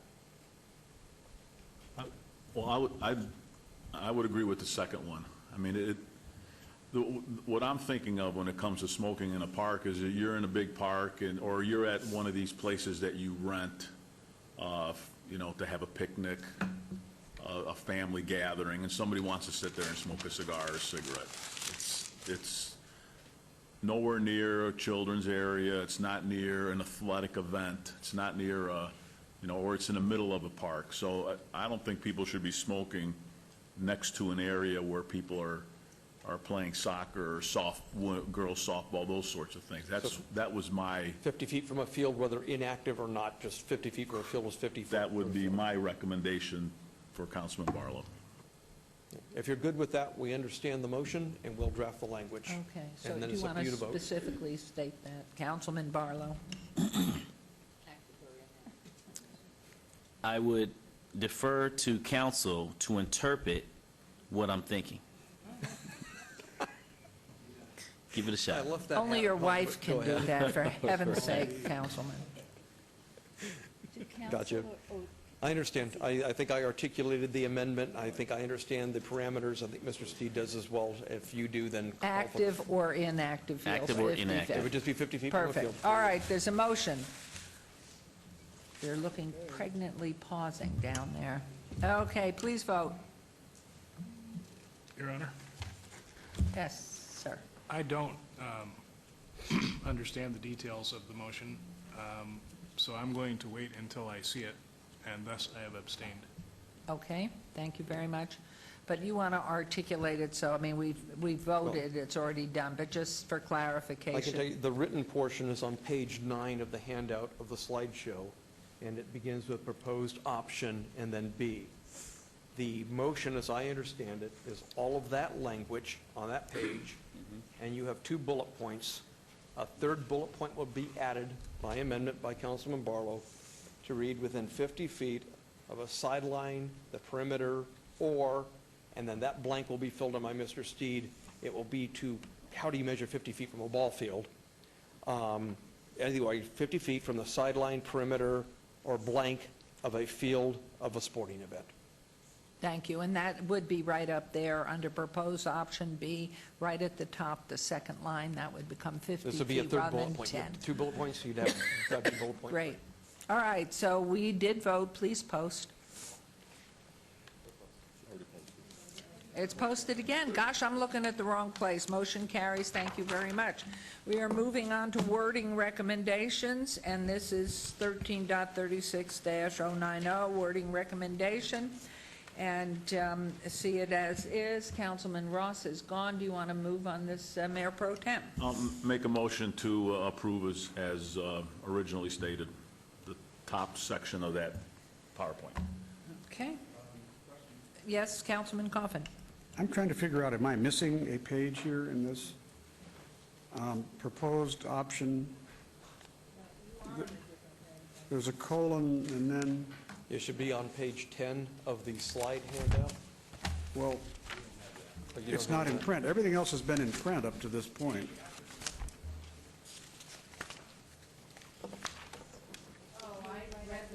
Wrong one. I am sorry. Thank you for catching that. This is wording recommendations, and it should be 13.36.070, parent or guardian wording recommendation. So if I may, that's the one that you were reading the right thing. I was not.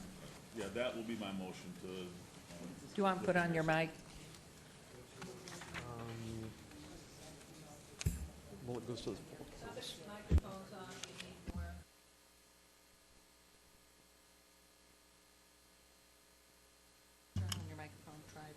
No, I just want to confirm, Mayor, the motion was made, I think by Mayor Pro Tem to accept staff's recommendation at the top second. Right. Go ahead then. That's my motion. I support what Mayor Pro Tem's motion. So we have a motion here. Any other comments? Yes. Well, what, a motion on what? A motion to accept the top, correct? No, because it's incomplete. No person other than a blah, blah, blah, or other can having over a child, and there's nothing else in what I have. How can you accept it? Oh, Yeah, I over a see. child. What? Where? No period. Do you So see that on help- ours? So And let me the indulge here, option is also Up here. left off, so there's got to be some other page that's missing here. And I recall that some discussion about children's parks were possibly mentioned, but I don't see that here. Okay, do you see what's on the screen? If you look at the second, third, fourth line there, it is an incomplete sentence. So let me clarify, and I apologize. So the original one is on the proposed option, it would read, it's as if you would take the strikeout. No other person than a parent or guardian, babysitter, caretaker, or other designee of a parent or guardian having sole or joint supervisory responsibility over a child shall visit, frequent, or present in either of the following unless accompanying that child. That should have been the top one. That's the way it is currently written. It was accidental. Okay, so So the you're motion, taking the italics and adding it as the completion of the first paragraph. Removing the strike. Correct. Remove the strike and ignore the italic. Okay. so we have to state, though, what the motion would include, which is children's parks and an area within any park or recreational facility designated and posted as a children's play area. Yes. Councilman? I think this is merely a word selection and ordering of the same words between option A and option B. There is no substantive change in policy that would result from our accepting one over the other. Okay, is there a motion here? Again, Mayor, the motion on 13.36.070, no person other than a parent or guardian, babysitter, caretaker, or other designee of a parent or guardian having sole or joint supervisory responsibility over a child shall visit, frequent, or be present in either of the following unless accompanying that child. Do I need to read the sections in? Period. That's it. Includes We could say that includes A and B as already Of the- included in the... of the ordinance.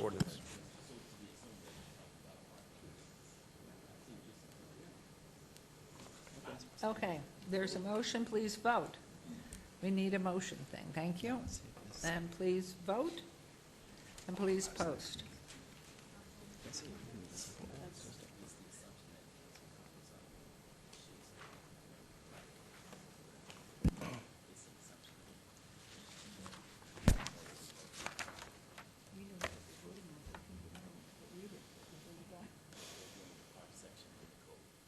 Okay, that motion carries. We continue on with wording recommendation. 13.36.09, that passed, by the way, 9-0. And this is Councilman Ross. How say you under this one? It did pass unanimously, the last wording recommendation, and now we're on to the next page, this one that's up on the monitor. I would move on 13.36.090 wording recommendations under paragraphs 5 and 6. Would recommend we follow the staff's recommendation for approval as written in the upper paragraph. You want the top portion, this is your motion, not the bottom portion. Everybody got that? Nope. What precedes these dangling paragraphs? Where do you go to get the preceding information? What? Go to the pink. What page? I mean, Pink section of the- where's the first reference to 090? The first section is what we just passed on the word.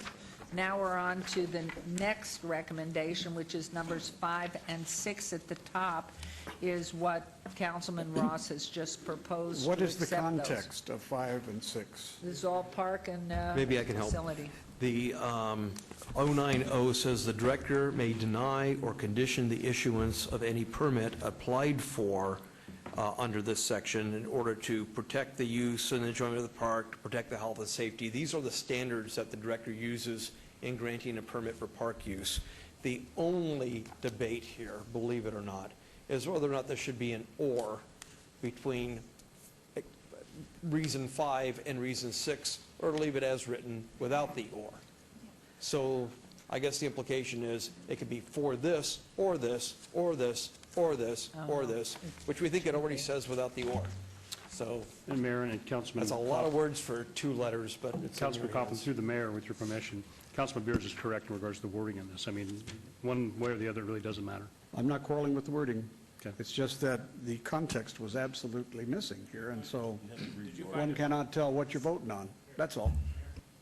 The pink, yes, your pink sheet. Thank you, Your- That's thank you, Your following Honor. up, what page? In this binder that is on your desk, page 6, line 20 is where we're proposing to put or not put an or, compared to, for example, page 7, line 15, which is a very similar grammatical construct, which includes an or. My question was whether or not the or had been inadvertently left out on page 20, and Mr. Steed says the answer is yes. The motion before us is to pass the language as it is currently written and not include the or.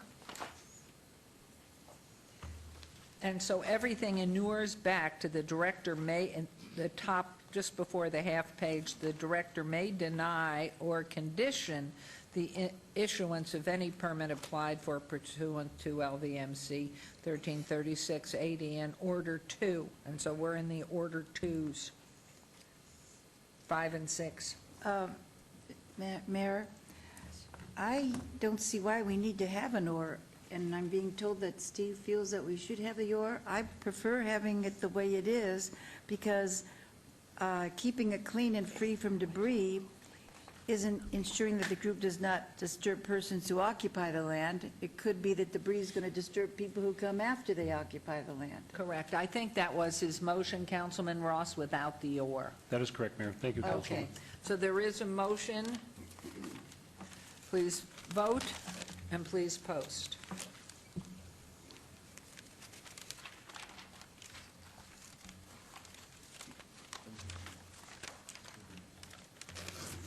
And that motion carries as well. So now we're on to 1336.090, insurance. And these are insurance triggers, subsection 2. And Councilman Ross, moving right along here. I'm just going to make the motion to support staff's recommendation. Okay, any comments, questions on this one? There is a motion to support staff recommendation on this. Smiling? Yes. Councilman Beers. I'd kind of like to hear what staff's recommendation I was is. going to say, I'm not sure I understood. Is staff recommendation the language that adds an event at which at least 250 persons are expected to attend? Yes. Okay, we understand. There's a, what we do is we take 13.36.090 and add a new beginning, a new A, which would read an event at which at least 250 persons are expected to attend, and all the other letters get subsequently re-lettered to accommodate the new letter A. So what Councilman Ross was suggesting is what is printed in front of you or on the monitor, I am Right. assuming. So there is a motion there. Any comments, conversation? Okay, let's vote. Thank you. And let's post. And we're back to unanimity. Wonderful. Let's move right along now to a very lengthy 1336-100 insurance. And does anybody want to make a comment here? Is there something with all of this that If I we're can just chime in missing? first, maybe to help with the motion that is made. This is again taking the specifics out as it relates to this specific standards and allowing the staff to work it through policy, so it cleans up the language and removes all the details. Excellent. Councilman? Motion is to follow staff's recommendation to make this change on 13.36.100. Thank you very much. There's a motion. Please vote and please post. For anybody who's watching this on television, we're nearing the end.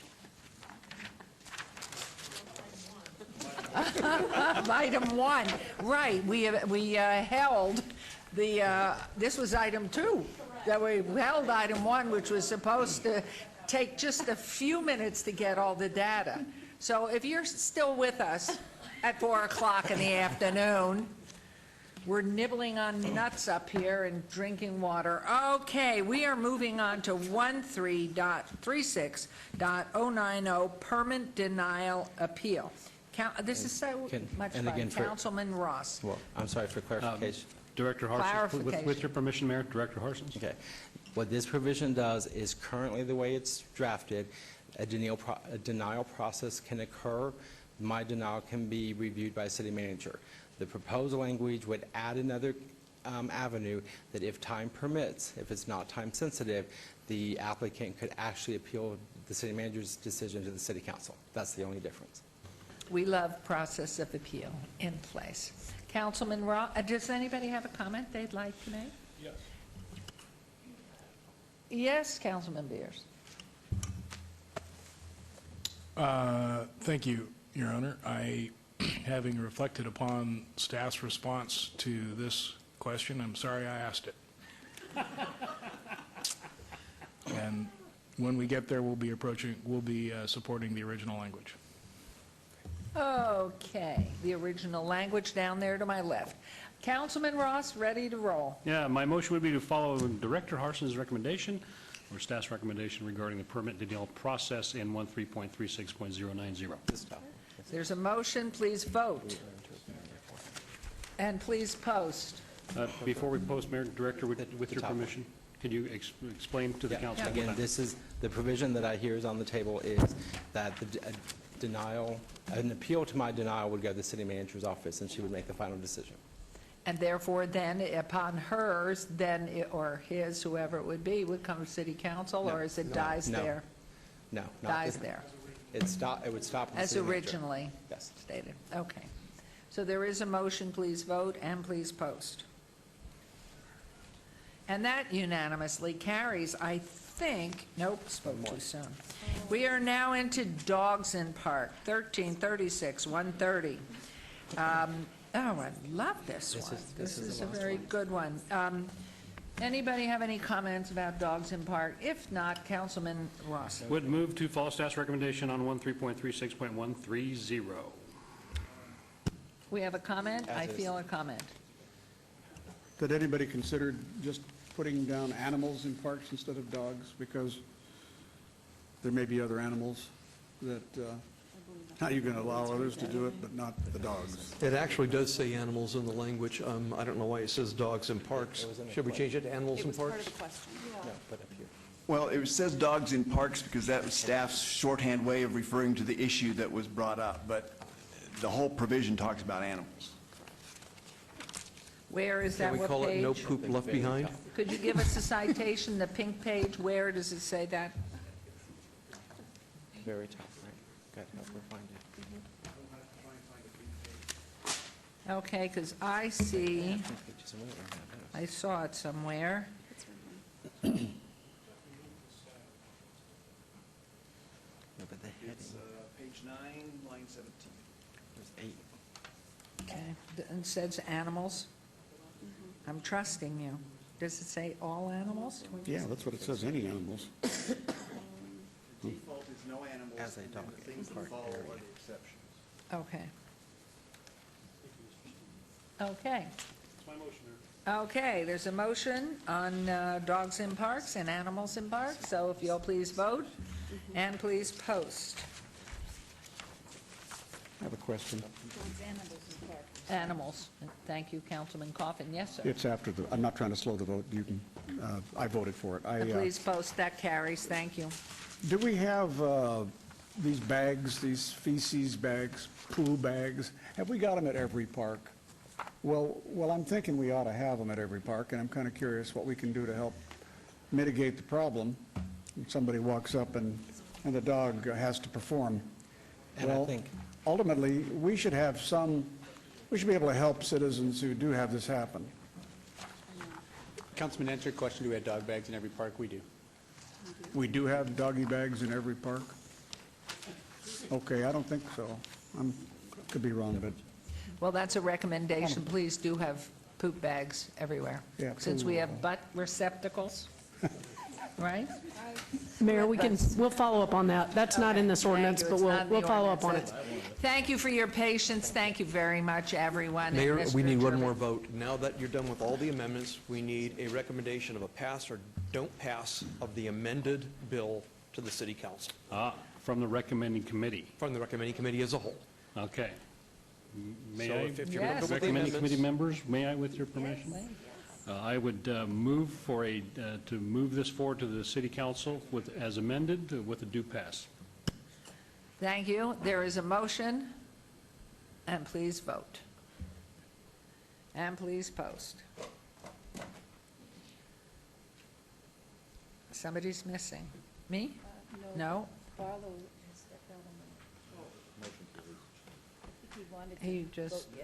He was going to go check on the little baggies. He can amend that. Is he coming back in? Here he is. Do you want to vote in favor to make it unanimous? Unanimous. Okay, please correct that and post. And thank you all, Mr. Jervik, Mr. Steed, thank you, and you're correcting Councilman Barlow's vote to a yes, please. And, Your Honor, we need a 5-minute recess before we take up the redistricting item, if you would, please. Oh, okay. We will be back here in 5 minutes, everybody that's still glued to this. Thank you. Oh, and if I could also direct the clerk to make the slideshow, which I'm holding in front of me, part of the record.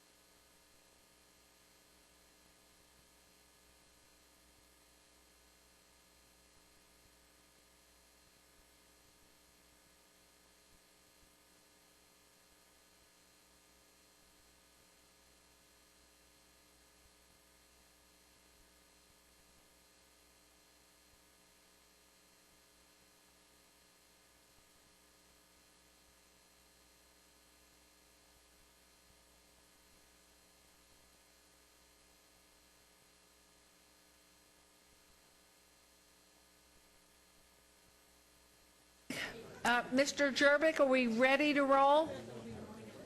And our good judge? Or are my eyes bad? Oh, he is back in town.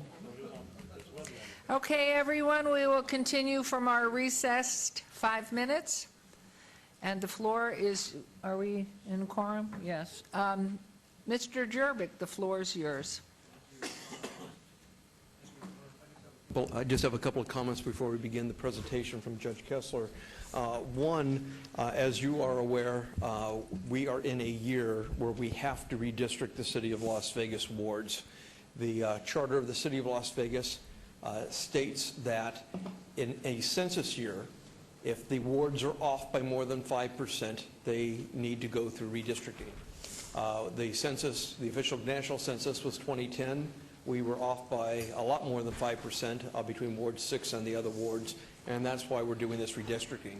So if the question comes up, can you not do this at all? The answer is no. Under the charter, you need to redistrict. As usual, we have hired Judge Kessler from Wisconsin to come and aid us in the process of redistricting.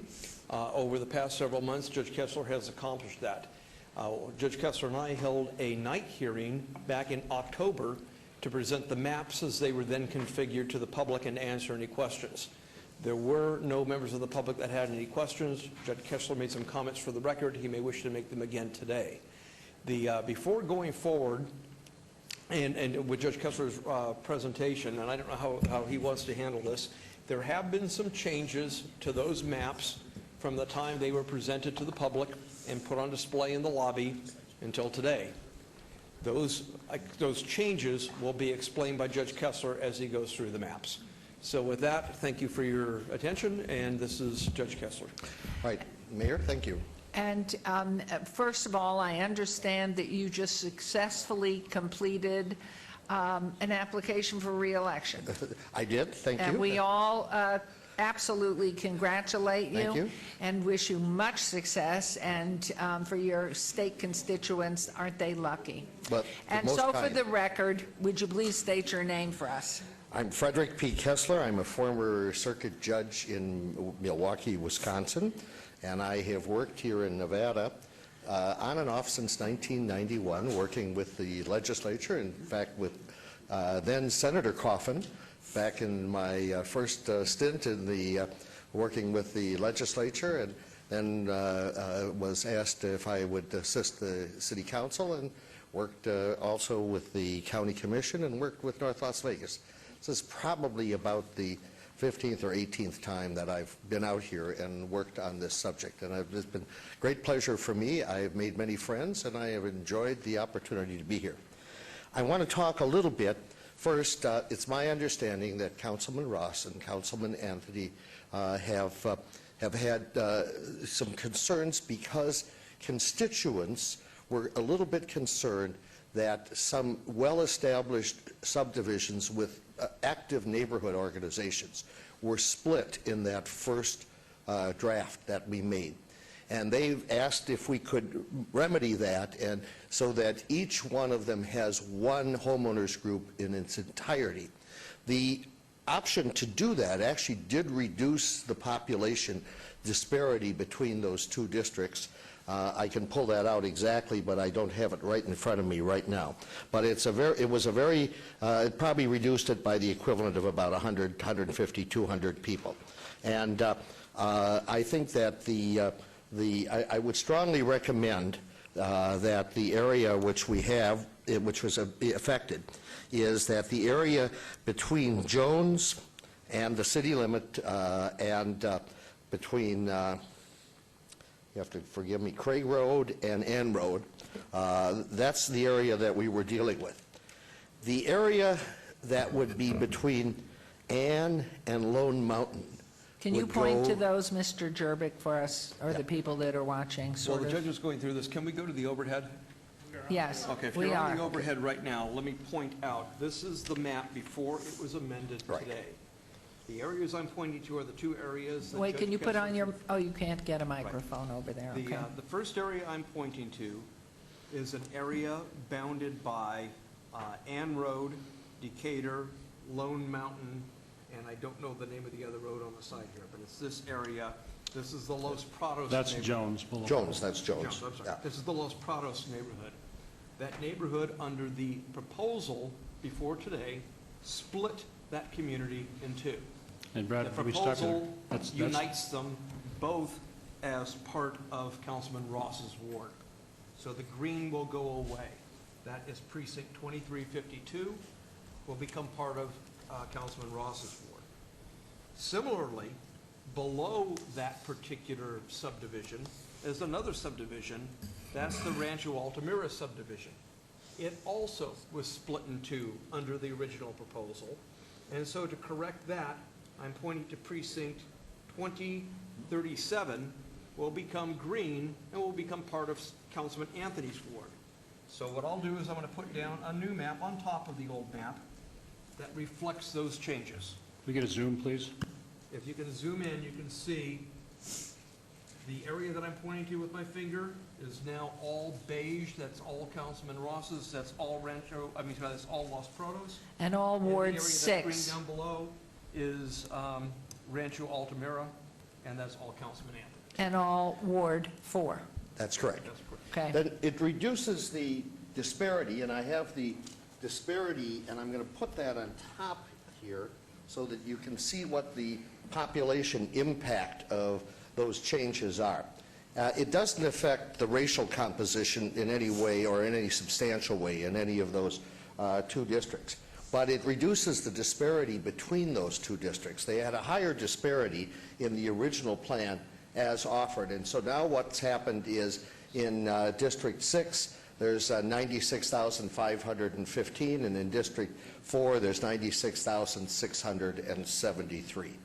So Okay, that is an amendment that I would strongly recommend, and I wished I had even thought of it in the first place, but I Is think that it's... something that was then agreed to by both Councilman Yes. Ross and Mayor Pro Tem? Yeah. See I them would say shaking this, their heads. that Councilman Ross contacted me. I spoke with Councilman Anthony today and indicated to him that it would be only possible to do add the green portion in the southern of the two subdivisions, two neighborhood groups, because the northern one is the only one that would have been then adjacent to Councilman Ross's district.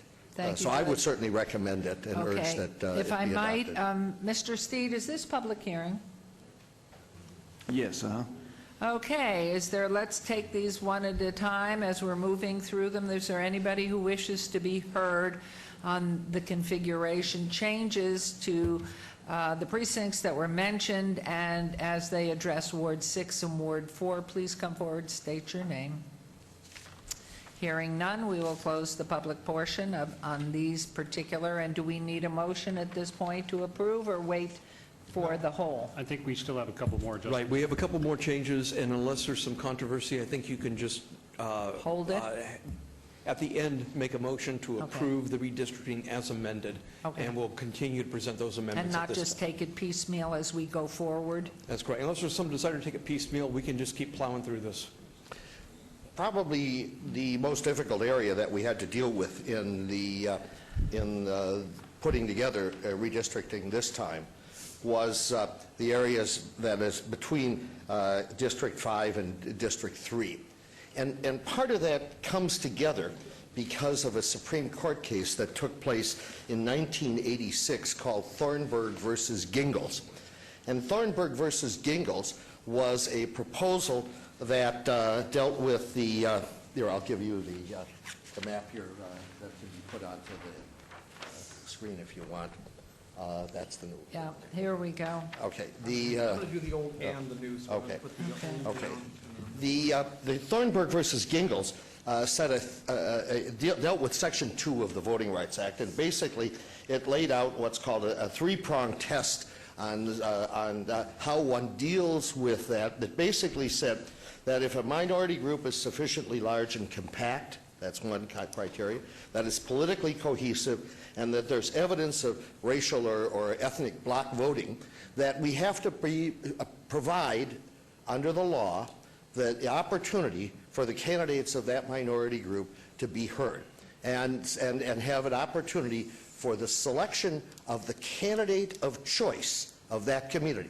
Now, the candidate of choice does not have to be of that community, but there has to be some evidence that that candidate of choice is there.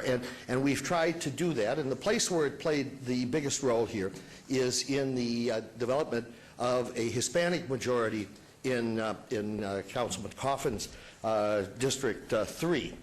The case law has started to evolve this time, and in particular, there was a case that came out of the Seventh Circuit called Baldus versus Brennan, and Baldus versus Brennan involved a case in which two districts, where the argument was made that they met that test, but the court threw out the proposal and imposed its own.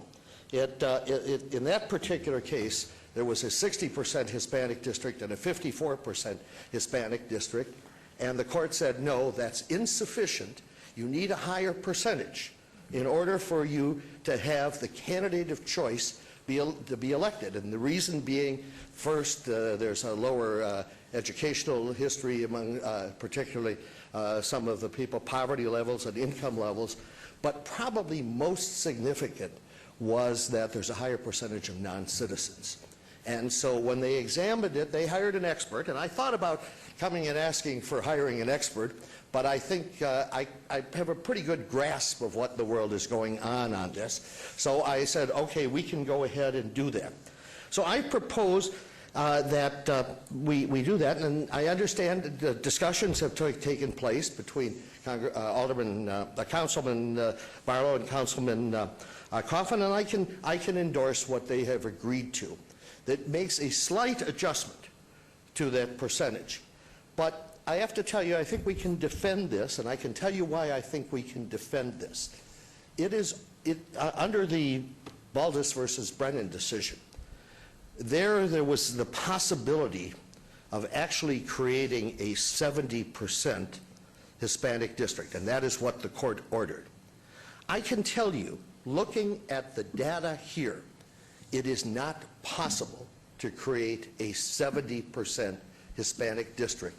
There is not that sufficient concentration to meet the total definition that came down in the Baldus versus Brennan, which was the Seventh Circuit case. I think the best we could do is somewhere over 64 to 65%. And we can't even, I don't think, get to 65%. So I'm willing to recommend to you that we stay within that, and I think we can actually defend something. And so what I've offered is a proposal, and I gave you a copy just a second ago. I have it. Oh, it's zoomed in over there, which is this proposal that's on the side of the screen here. Can that be zoomed in a little bit? Maybe we have to move that over to the center.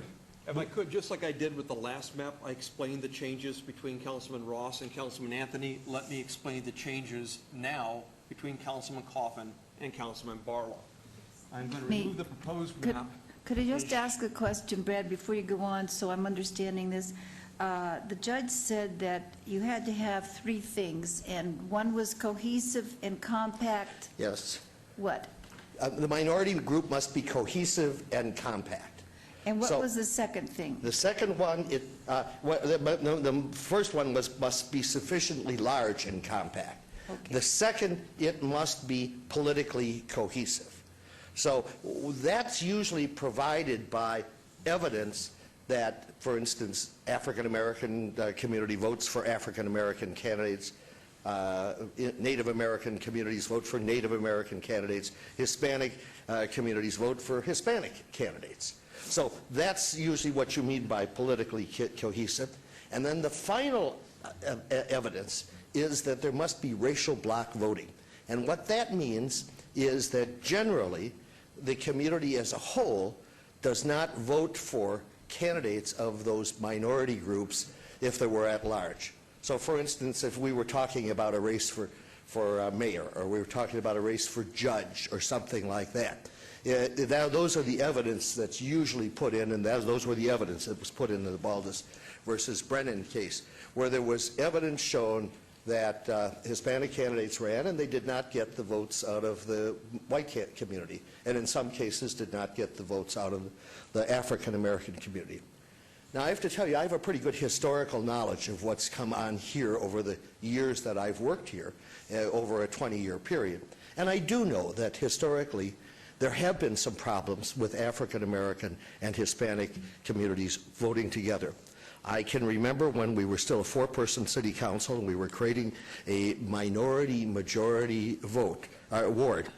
And at that time, I remember the African American community strongly objected to the creation of a majority-minority ward because there was some difficulty with the community voting together between Hispanics and African American candidates. I remember I had to even get the National Redistricting General Counsel for the NAACP to come here to Las Vegas and meet with the leadership of the black community because there was strong objection to it. We finally persuaded people to do that because nationally the NAACP said we will not support you on any litigation if you oppose this. And so, you know, I know that history. When I put together these wards, I wanted to make sure that we have that the ability for the Hispanic community and for the African American community to continue to preserve their representation in the halls of power in the city of Las Vegas. Thank you. So what is proposed? Is there agreement between Councilman Barlow and Councilman Coffin as to what is coming before us now? If I could, Your Honor? Yes. Mr. Rugerman's getting me a microphone because there isn't one Oh, here. wonderful. Oh, sorry, I can. Need to make sure it's part of the record. Check, check. Thank you, David. The map that is before you is the proposed map that's in the lobby. This is what existed before today. You're not on or something, and maybe Are I'll... we going into the overhead? Okay, if we're on the overhead, ignore the line and pen that I'm tracing here. I wrote that this morning. This is an area that is currently under the proposal before today was going to be in Councilman Coffin's ward. That is going to go to Councilman Barlow. I'll show you the final map in a moment. Here is the original map if you want that, so you can have it. If they want to zoom in onto that, they could zoom in onto that. This... Continue, please. Okay, and so just for reference, this would be the Mormon Fort here in the corner, this would be Cashman Field, this would be the Natural History Museum, just to give you some reference. This is Las Vegas Boulevard. And light and And this is population. Washington. Light and residential. Yeah, this is very, very light. There are only 87 residents in this area. Okay, Now, I thank need you. to make a record here because this is not a precinct. This is just a geographically distinctive area. It is Okay. currently part of precinct 4602, and so a new precinct number will have to be created for that particular area. So I'm making the record on that. We've talked to the registrar. I don't think we'll have an issue, but I need to make that record. I want to assure you that I've had several conversations with Mr. Lomax in the course of this work, and they have assured me that they're prepared to adjust the precincts when we have to make those adjustments. So I'm not worried about that. Certainly the representations of he and I'm not remembering the name of his deputy, but I've talked at length with both of them. Thank you. They've asked that we defer that till after the November election. Okay. What's likely to happen is that 4601, which is currently in Councilman Coffin's area, would also incorporate that area, but that will be up to the registrar. The second change is to the south. The line that I'm pointing at right here is Fremont Street, to give you some reference. To give you further reference, this is Las Vegas Boulevard and Fremont Street. This would be the area of the, I'm sorry? This would be across the street from the old 7-Eleven. This would be where Insert Coin, Vanguard, and those businesses are. And this would be the block next door where the Cortez is. The proposed change today would be to take this finger Can you move of that property. up a little? This is between Okay. 14th and 15th in Carson and Fremont, and that would go to Councilman Coffin, as would all the blocks from 7th Street to 15th Street from Fremont to Ogden. That's 13. I'm sorry, 13th Street. I'm sorry. This is 13th. That would all go to Councilman Coffin. This is what the final proposal would look like. This map represents that area that I showed you that was changed, that involved the Cashman Field and the Mormon Fort. This reflects the changes on East Fremont and the finger that was formerly Councilman Barlow's. That finger, of course, is not its own precinct either, so it too will have to be assigned a precinct number consistent with these changes. That will be up to the registrar, so I'll make a record on that as well. And that, again, too, is mostly business, not residential? I don't know how many people are involved in that particular How many? switch. 80 There were people? 80 originally, but now that we've gone further to the east, it involves more. So, I can show you that the changed population, if you compare that with the population which is on the second page of the original one that we had, this one, we have reduced the population of Ward 3, which was 99,997 to 99,993, and we've brought the population of Ward 5 from 96,626 to 96,690.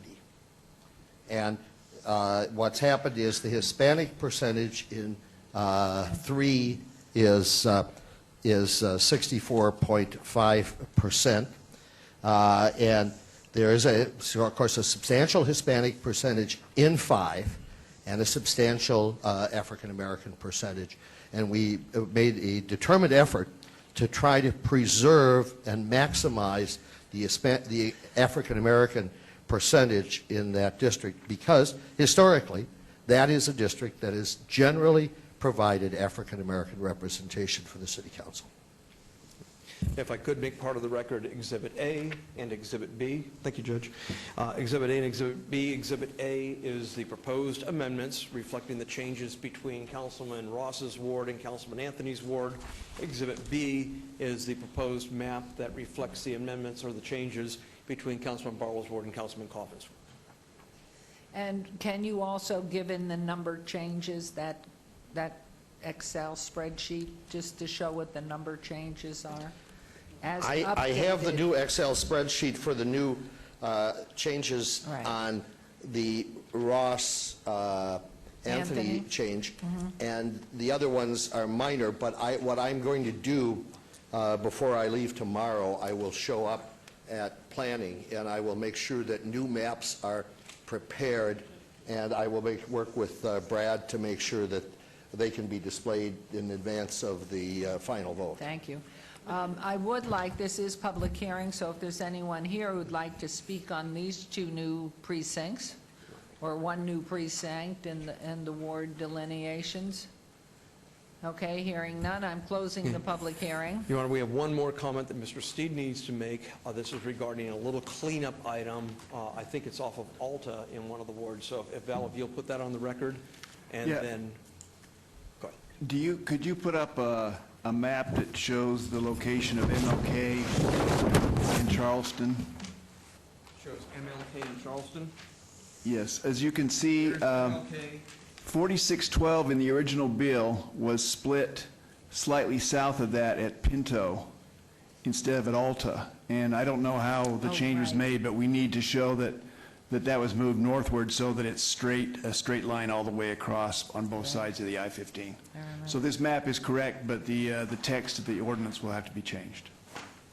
Yeah, but I remember. With those three comments, the comment that Mr. Steed just made, and the two amendments that we just admitted into evidence, that would be the first amendment to the ordinance before you today, and we'd ask for a motion unless you have further discussion. Okay, may I just point out one other error that I should have caught earlier, and I But have excuse me caught. for 1 second, Judge, Sure. if I may. Councilman Barlow, on that Alta Pinto area, you wanted to make a comment, please. Do you have that on the map, or is this just all in text, Val? It's in text. The map shows it correctly. The text is incorrect. Is that correct? Mr. Right. Steed? The original cut was not even, and it was talked about evening it up, and you still see the original language that didn't have it even, but the map is correct. Okay, so we're going from Rancho going east to Main Street. Right. I think, if I understand it correctly, right here is Alta. No, and it's saying- nice and clean all the way I'm saying across. from Rancho on Alta. From Rancho on Alta Alta. east to Main Street should be the appropriate alignment.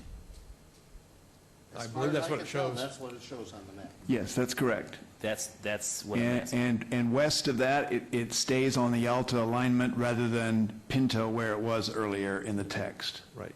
Pinto being further south, I believe. Right. Okay, thank you. Okay, may I point out one other thing?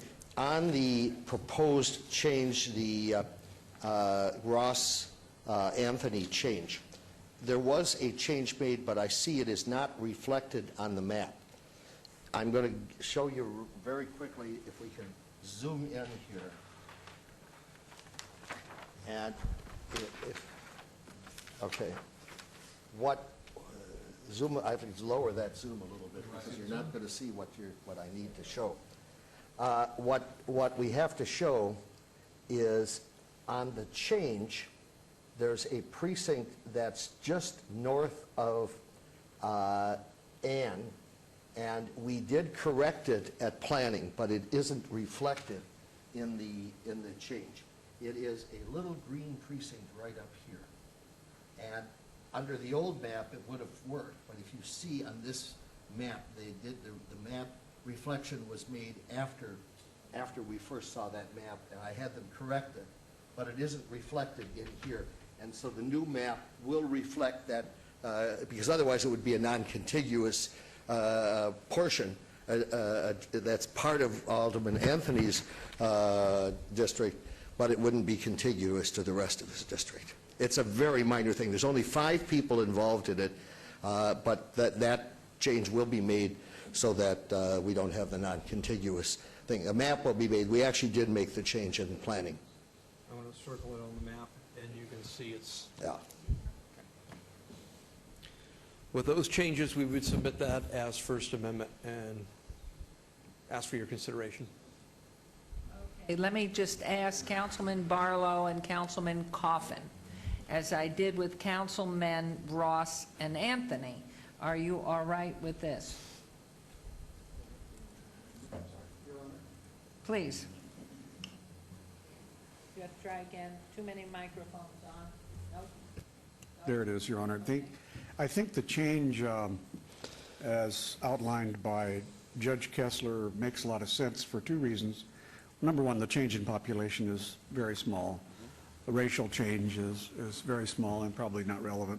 What is important here is that people who visit the council for guidance on actions have now got a little more unified look to it. For example, Councilman Barlow, instead of splitting what is the cultural corridor up there north of Fremont up toward Washington, now all of those parks, Heritage, the Neon Museum, the Mormon Fort, all of those now become part of, and the Natural History Museum, all become part of Ward 5. And so it's easier for people to get guidance when they're seeking change there. And in the developments, rapidly moving developments along East Fremont, instead of having 2 council offices to deal with, people will have 1.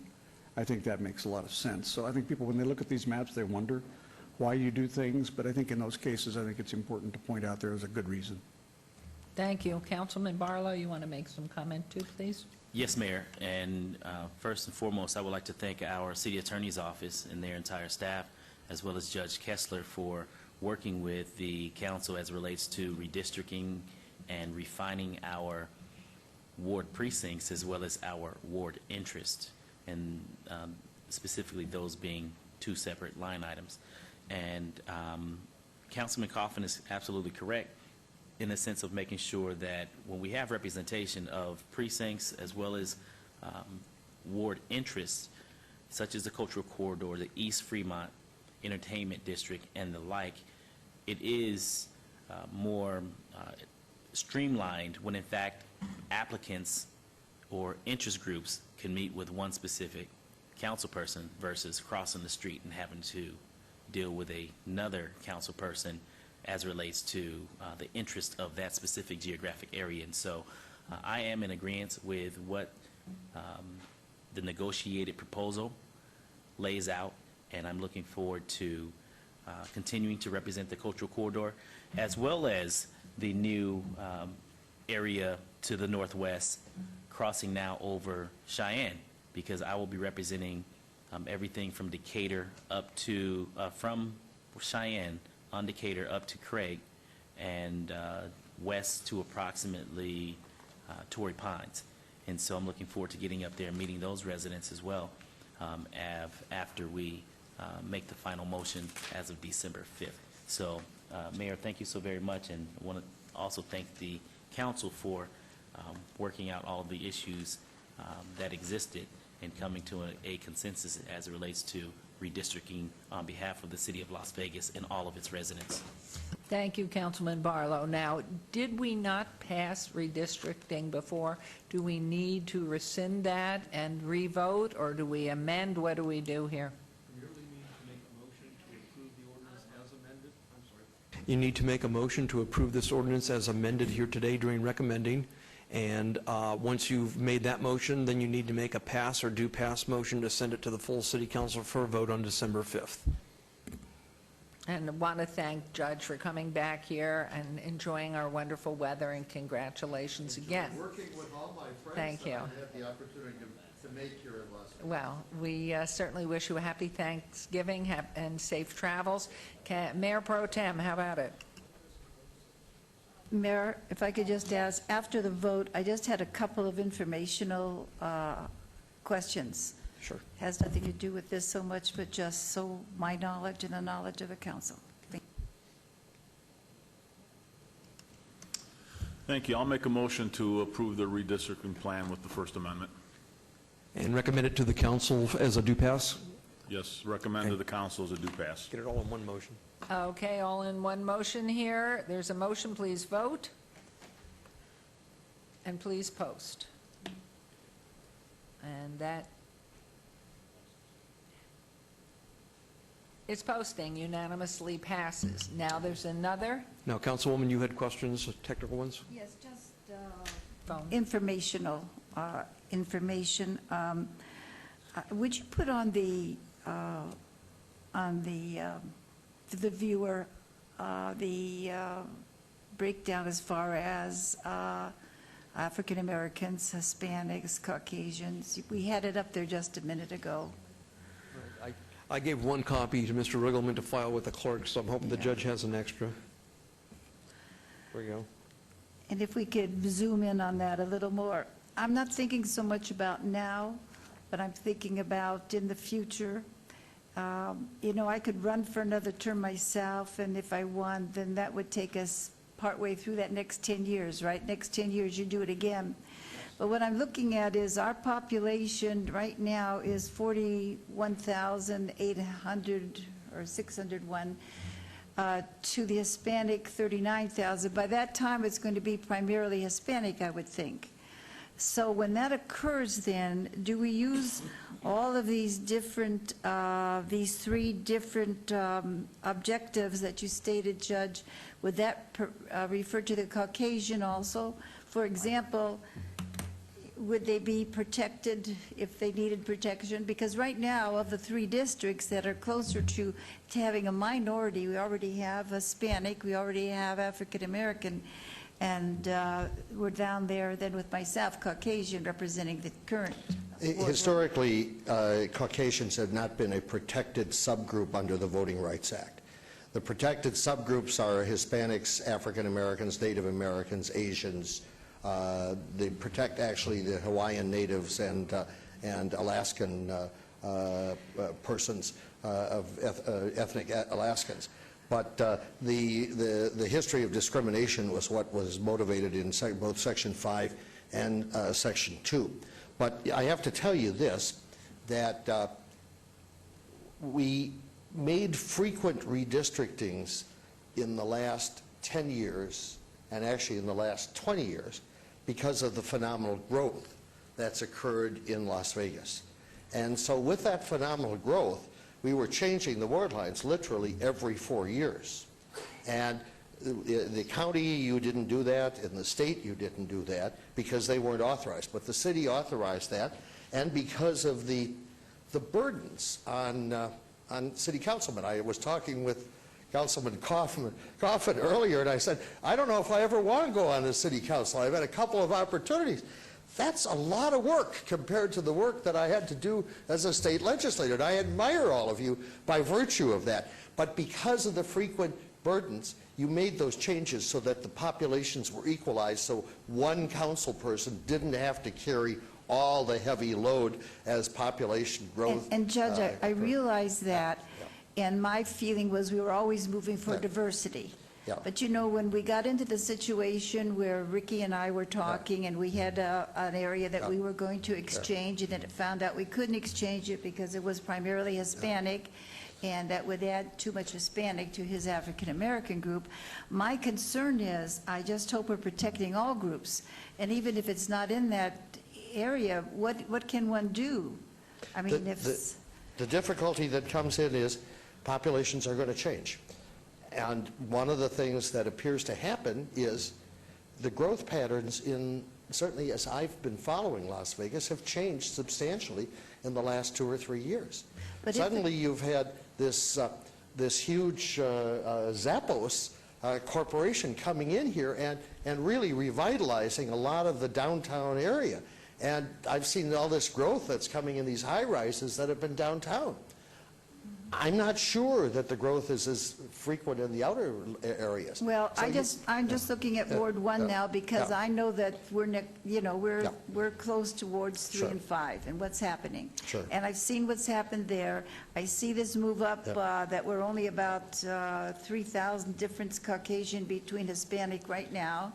And I believe that will make, pretty soon, there'll be a majority of Hispanics in Ward 1 in the voting line, the way we have now designated.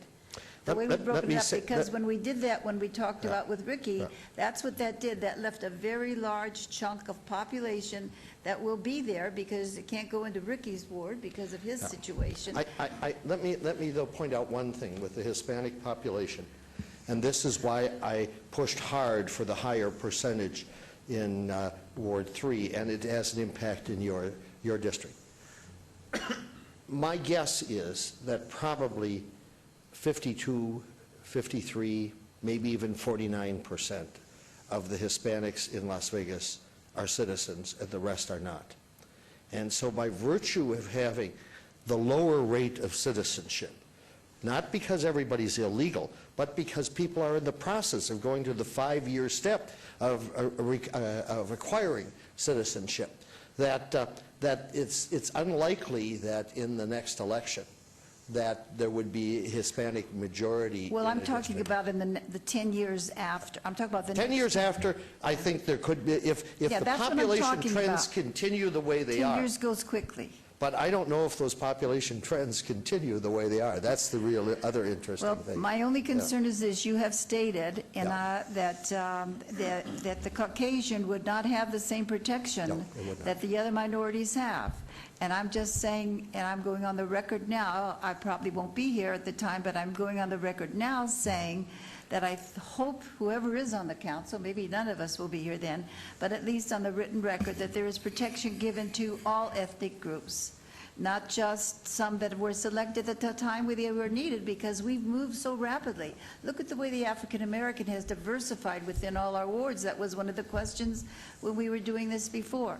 I just want to go on the record stating that, and hopefully somebody might look at this the next time they come to this 10-year thing, and make sure we're all protected. And I feel I could say that in good conscience. I worked very hard in the civil rights. I worked very hard in the Hispanic community. And I just believe for all of us, it's the diversity that I always sought. And then when we reached that diversity, say in Ricky's ward, it didn't count really because of the situation relating to the fact that you have to have a racial block voting that's politically cohesive. And I know this is something far out in the future, but I think it's important, so I'm on the record. Thank you. Thank you. Well, we thank you very much, and we are going to move into citizen participation unless there are other questions. Councilman Beers, yes, please. For my microphone to come on, there we go. Judge, what data, or Brad, what data did we use to do a mid-decade reapportionment in 2005? we used what the planning department made as what they've told me was an accurate count that they made on housing patterns, school enrollment. I think they had driver's licenses, all sorts of things that they could show at least a pattern of growth by block. Okay. That's the data that was used in the past. Thank To you. add to that, we have an in-house demographer.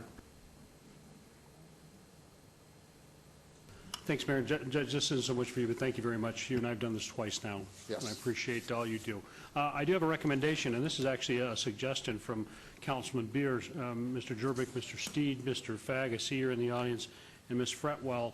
When we do these ordinances and these changes, can we do similar to what the legislature does with NRS, as we strike out and maybe bold the new language in these so it's a little easier for us to comprehend in our backup? I mean, I'm not asking too much, am I, for that? No, I think there's many ways to do this. If we could brief you privately on some of the things we've done in the past. We've Okay. done that with extraordinary ordinances. We've done the line out and stuff like that, but I'm we'd just be glad to saying, meet make with it you. easy for, me, not as quick as some of my council members are. Thank you. You might take away my job, but we'll do it. Thanks. Thank you. You are not allowed to leave. I'm sorry to tell you, Mr. Jerbick. Okay, thank you very much. We will now move on to citizen participation. This is agenda item 5. Public comment during this portion of the agenda must be limited to matters within the jurisdiction of the committee. No subject may be acted upon by the committee unless that subject is on the agenda and is scheduled for action. If you wish to be heard, come to the podium, please, and give your name for the record. The amount of discussion on any single subject, as well as the amount of time any single speaker is allowed, will be limited. Are there any members of the public who wish to speak under this portion of the agenda? You are a member of the public. I am only going to say this because we've been here late. I just wanted to personally thank Judge Kessler. I've worked with him now for 6 or 7 redistrictings. I can tell you we're all partisan in our personal lives, but when it comes to this, he's been very nonpartisan. He's been very consensus building, and I just wanted to personally thank him on the record. Thank you. You're a good team.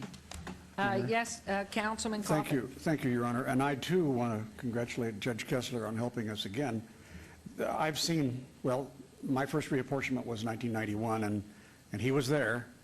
And what we did is extremely simple compared to the legislative reapportionment with the blood that's spilled, the intensity, the money that is spent on dividing everything up, not only racially, but politically. I mean, you can imagine that right there becomes a bloodbath. And every year, I believe in 2001, I was totally reapportioned out of the legislature by the Republicans at midnight, but by 3 o'clock in the morning on the final day, I was back in the legislature. So you see, those things can cause your heart to stop, and we think we worry about 1 block or 2 here and there. Try it at that level. So this was well done, and I believe that the judge's statements regarding racial mix are important, and it's fascinating because African Americans are assimilating so fast, integrating so fast into our culture.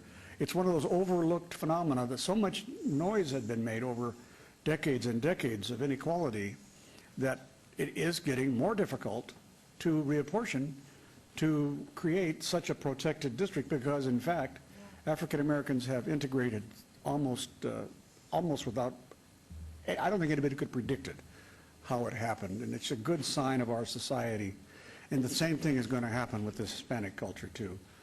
As people move into an area, they tend to move and live amongst like people, and then they expand and grow out and assimilate. And I think we're going to see that in the next decade as well. So no telling what Councilwoman Tarkanian will see in 10 years because she will probably still be here running again and again. And, whatever she does, I'll support her. Thank you. Thank you, and commendations to our staff for putting up with, again, long meetings and everything today, but our wonderful team of city council people. I mean, it's a remarkable, cohesive group. Oscar told me about all the discussions that went on over his 12 years, and I feel, well, unlucky you that you're not sitting with this council. So thank you all. Happy Thanksgiving, everybody. Safe travels, good appetite, and thank you. And this meeting is now adjourned.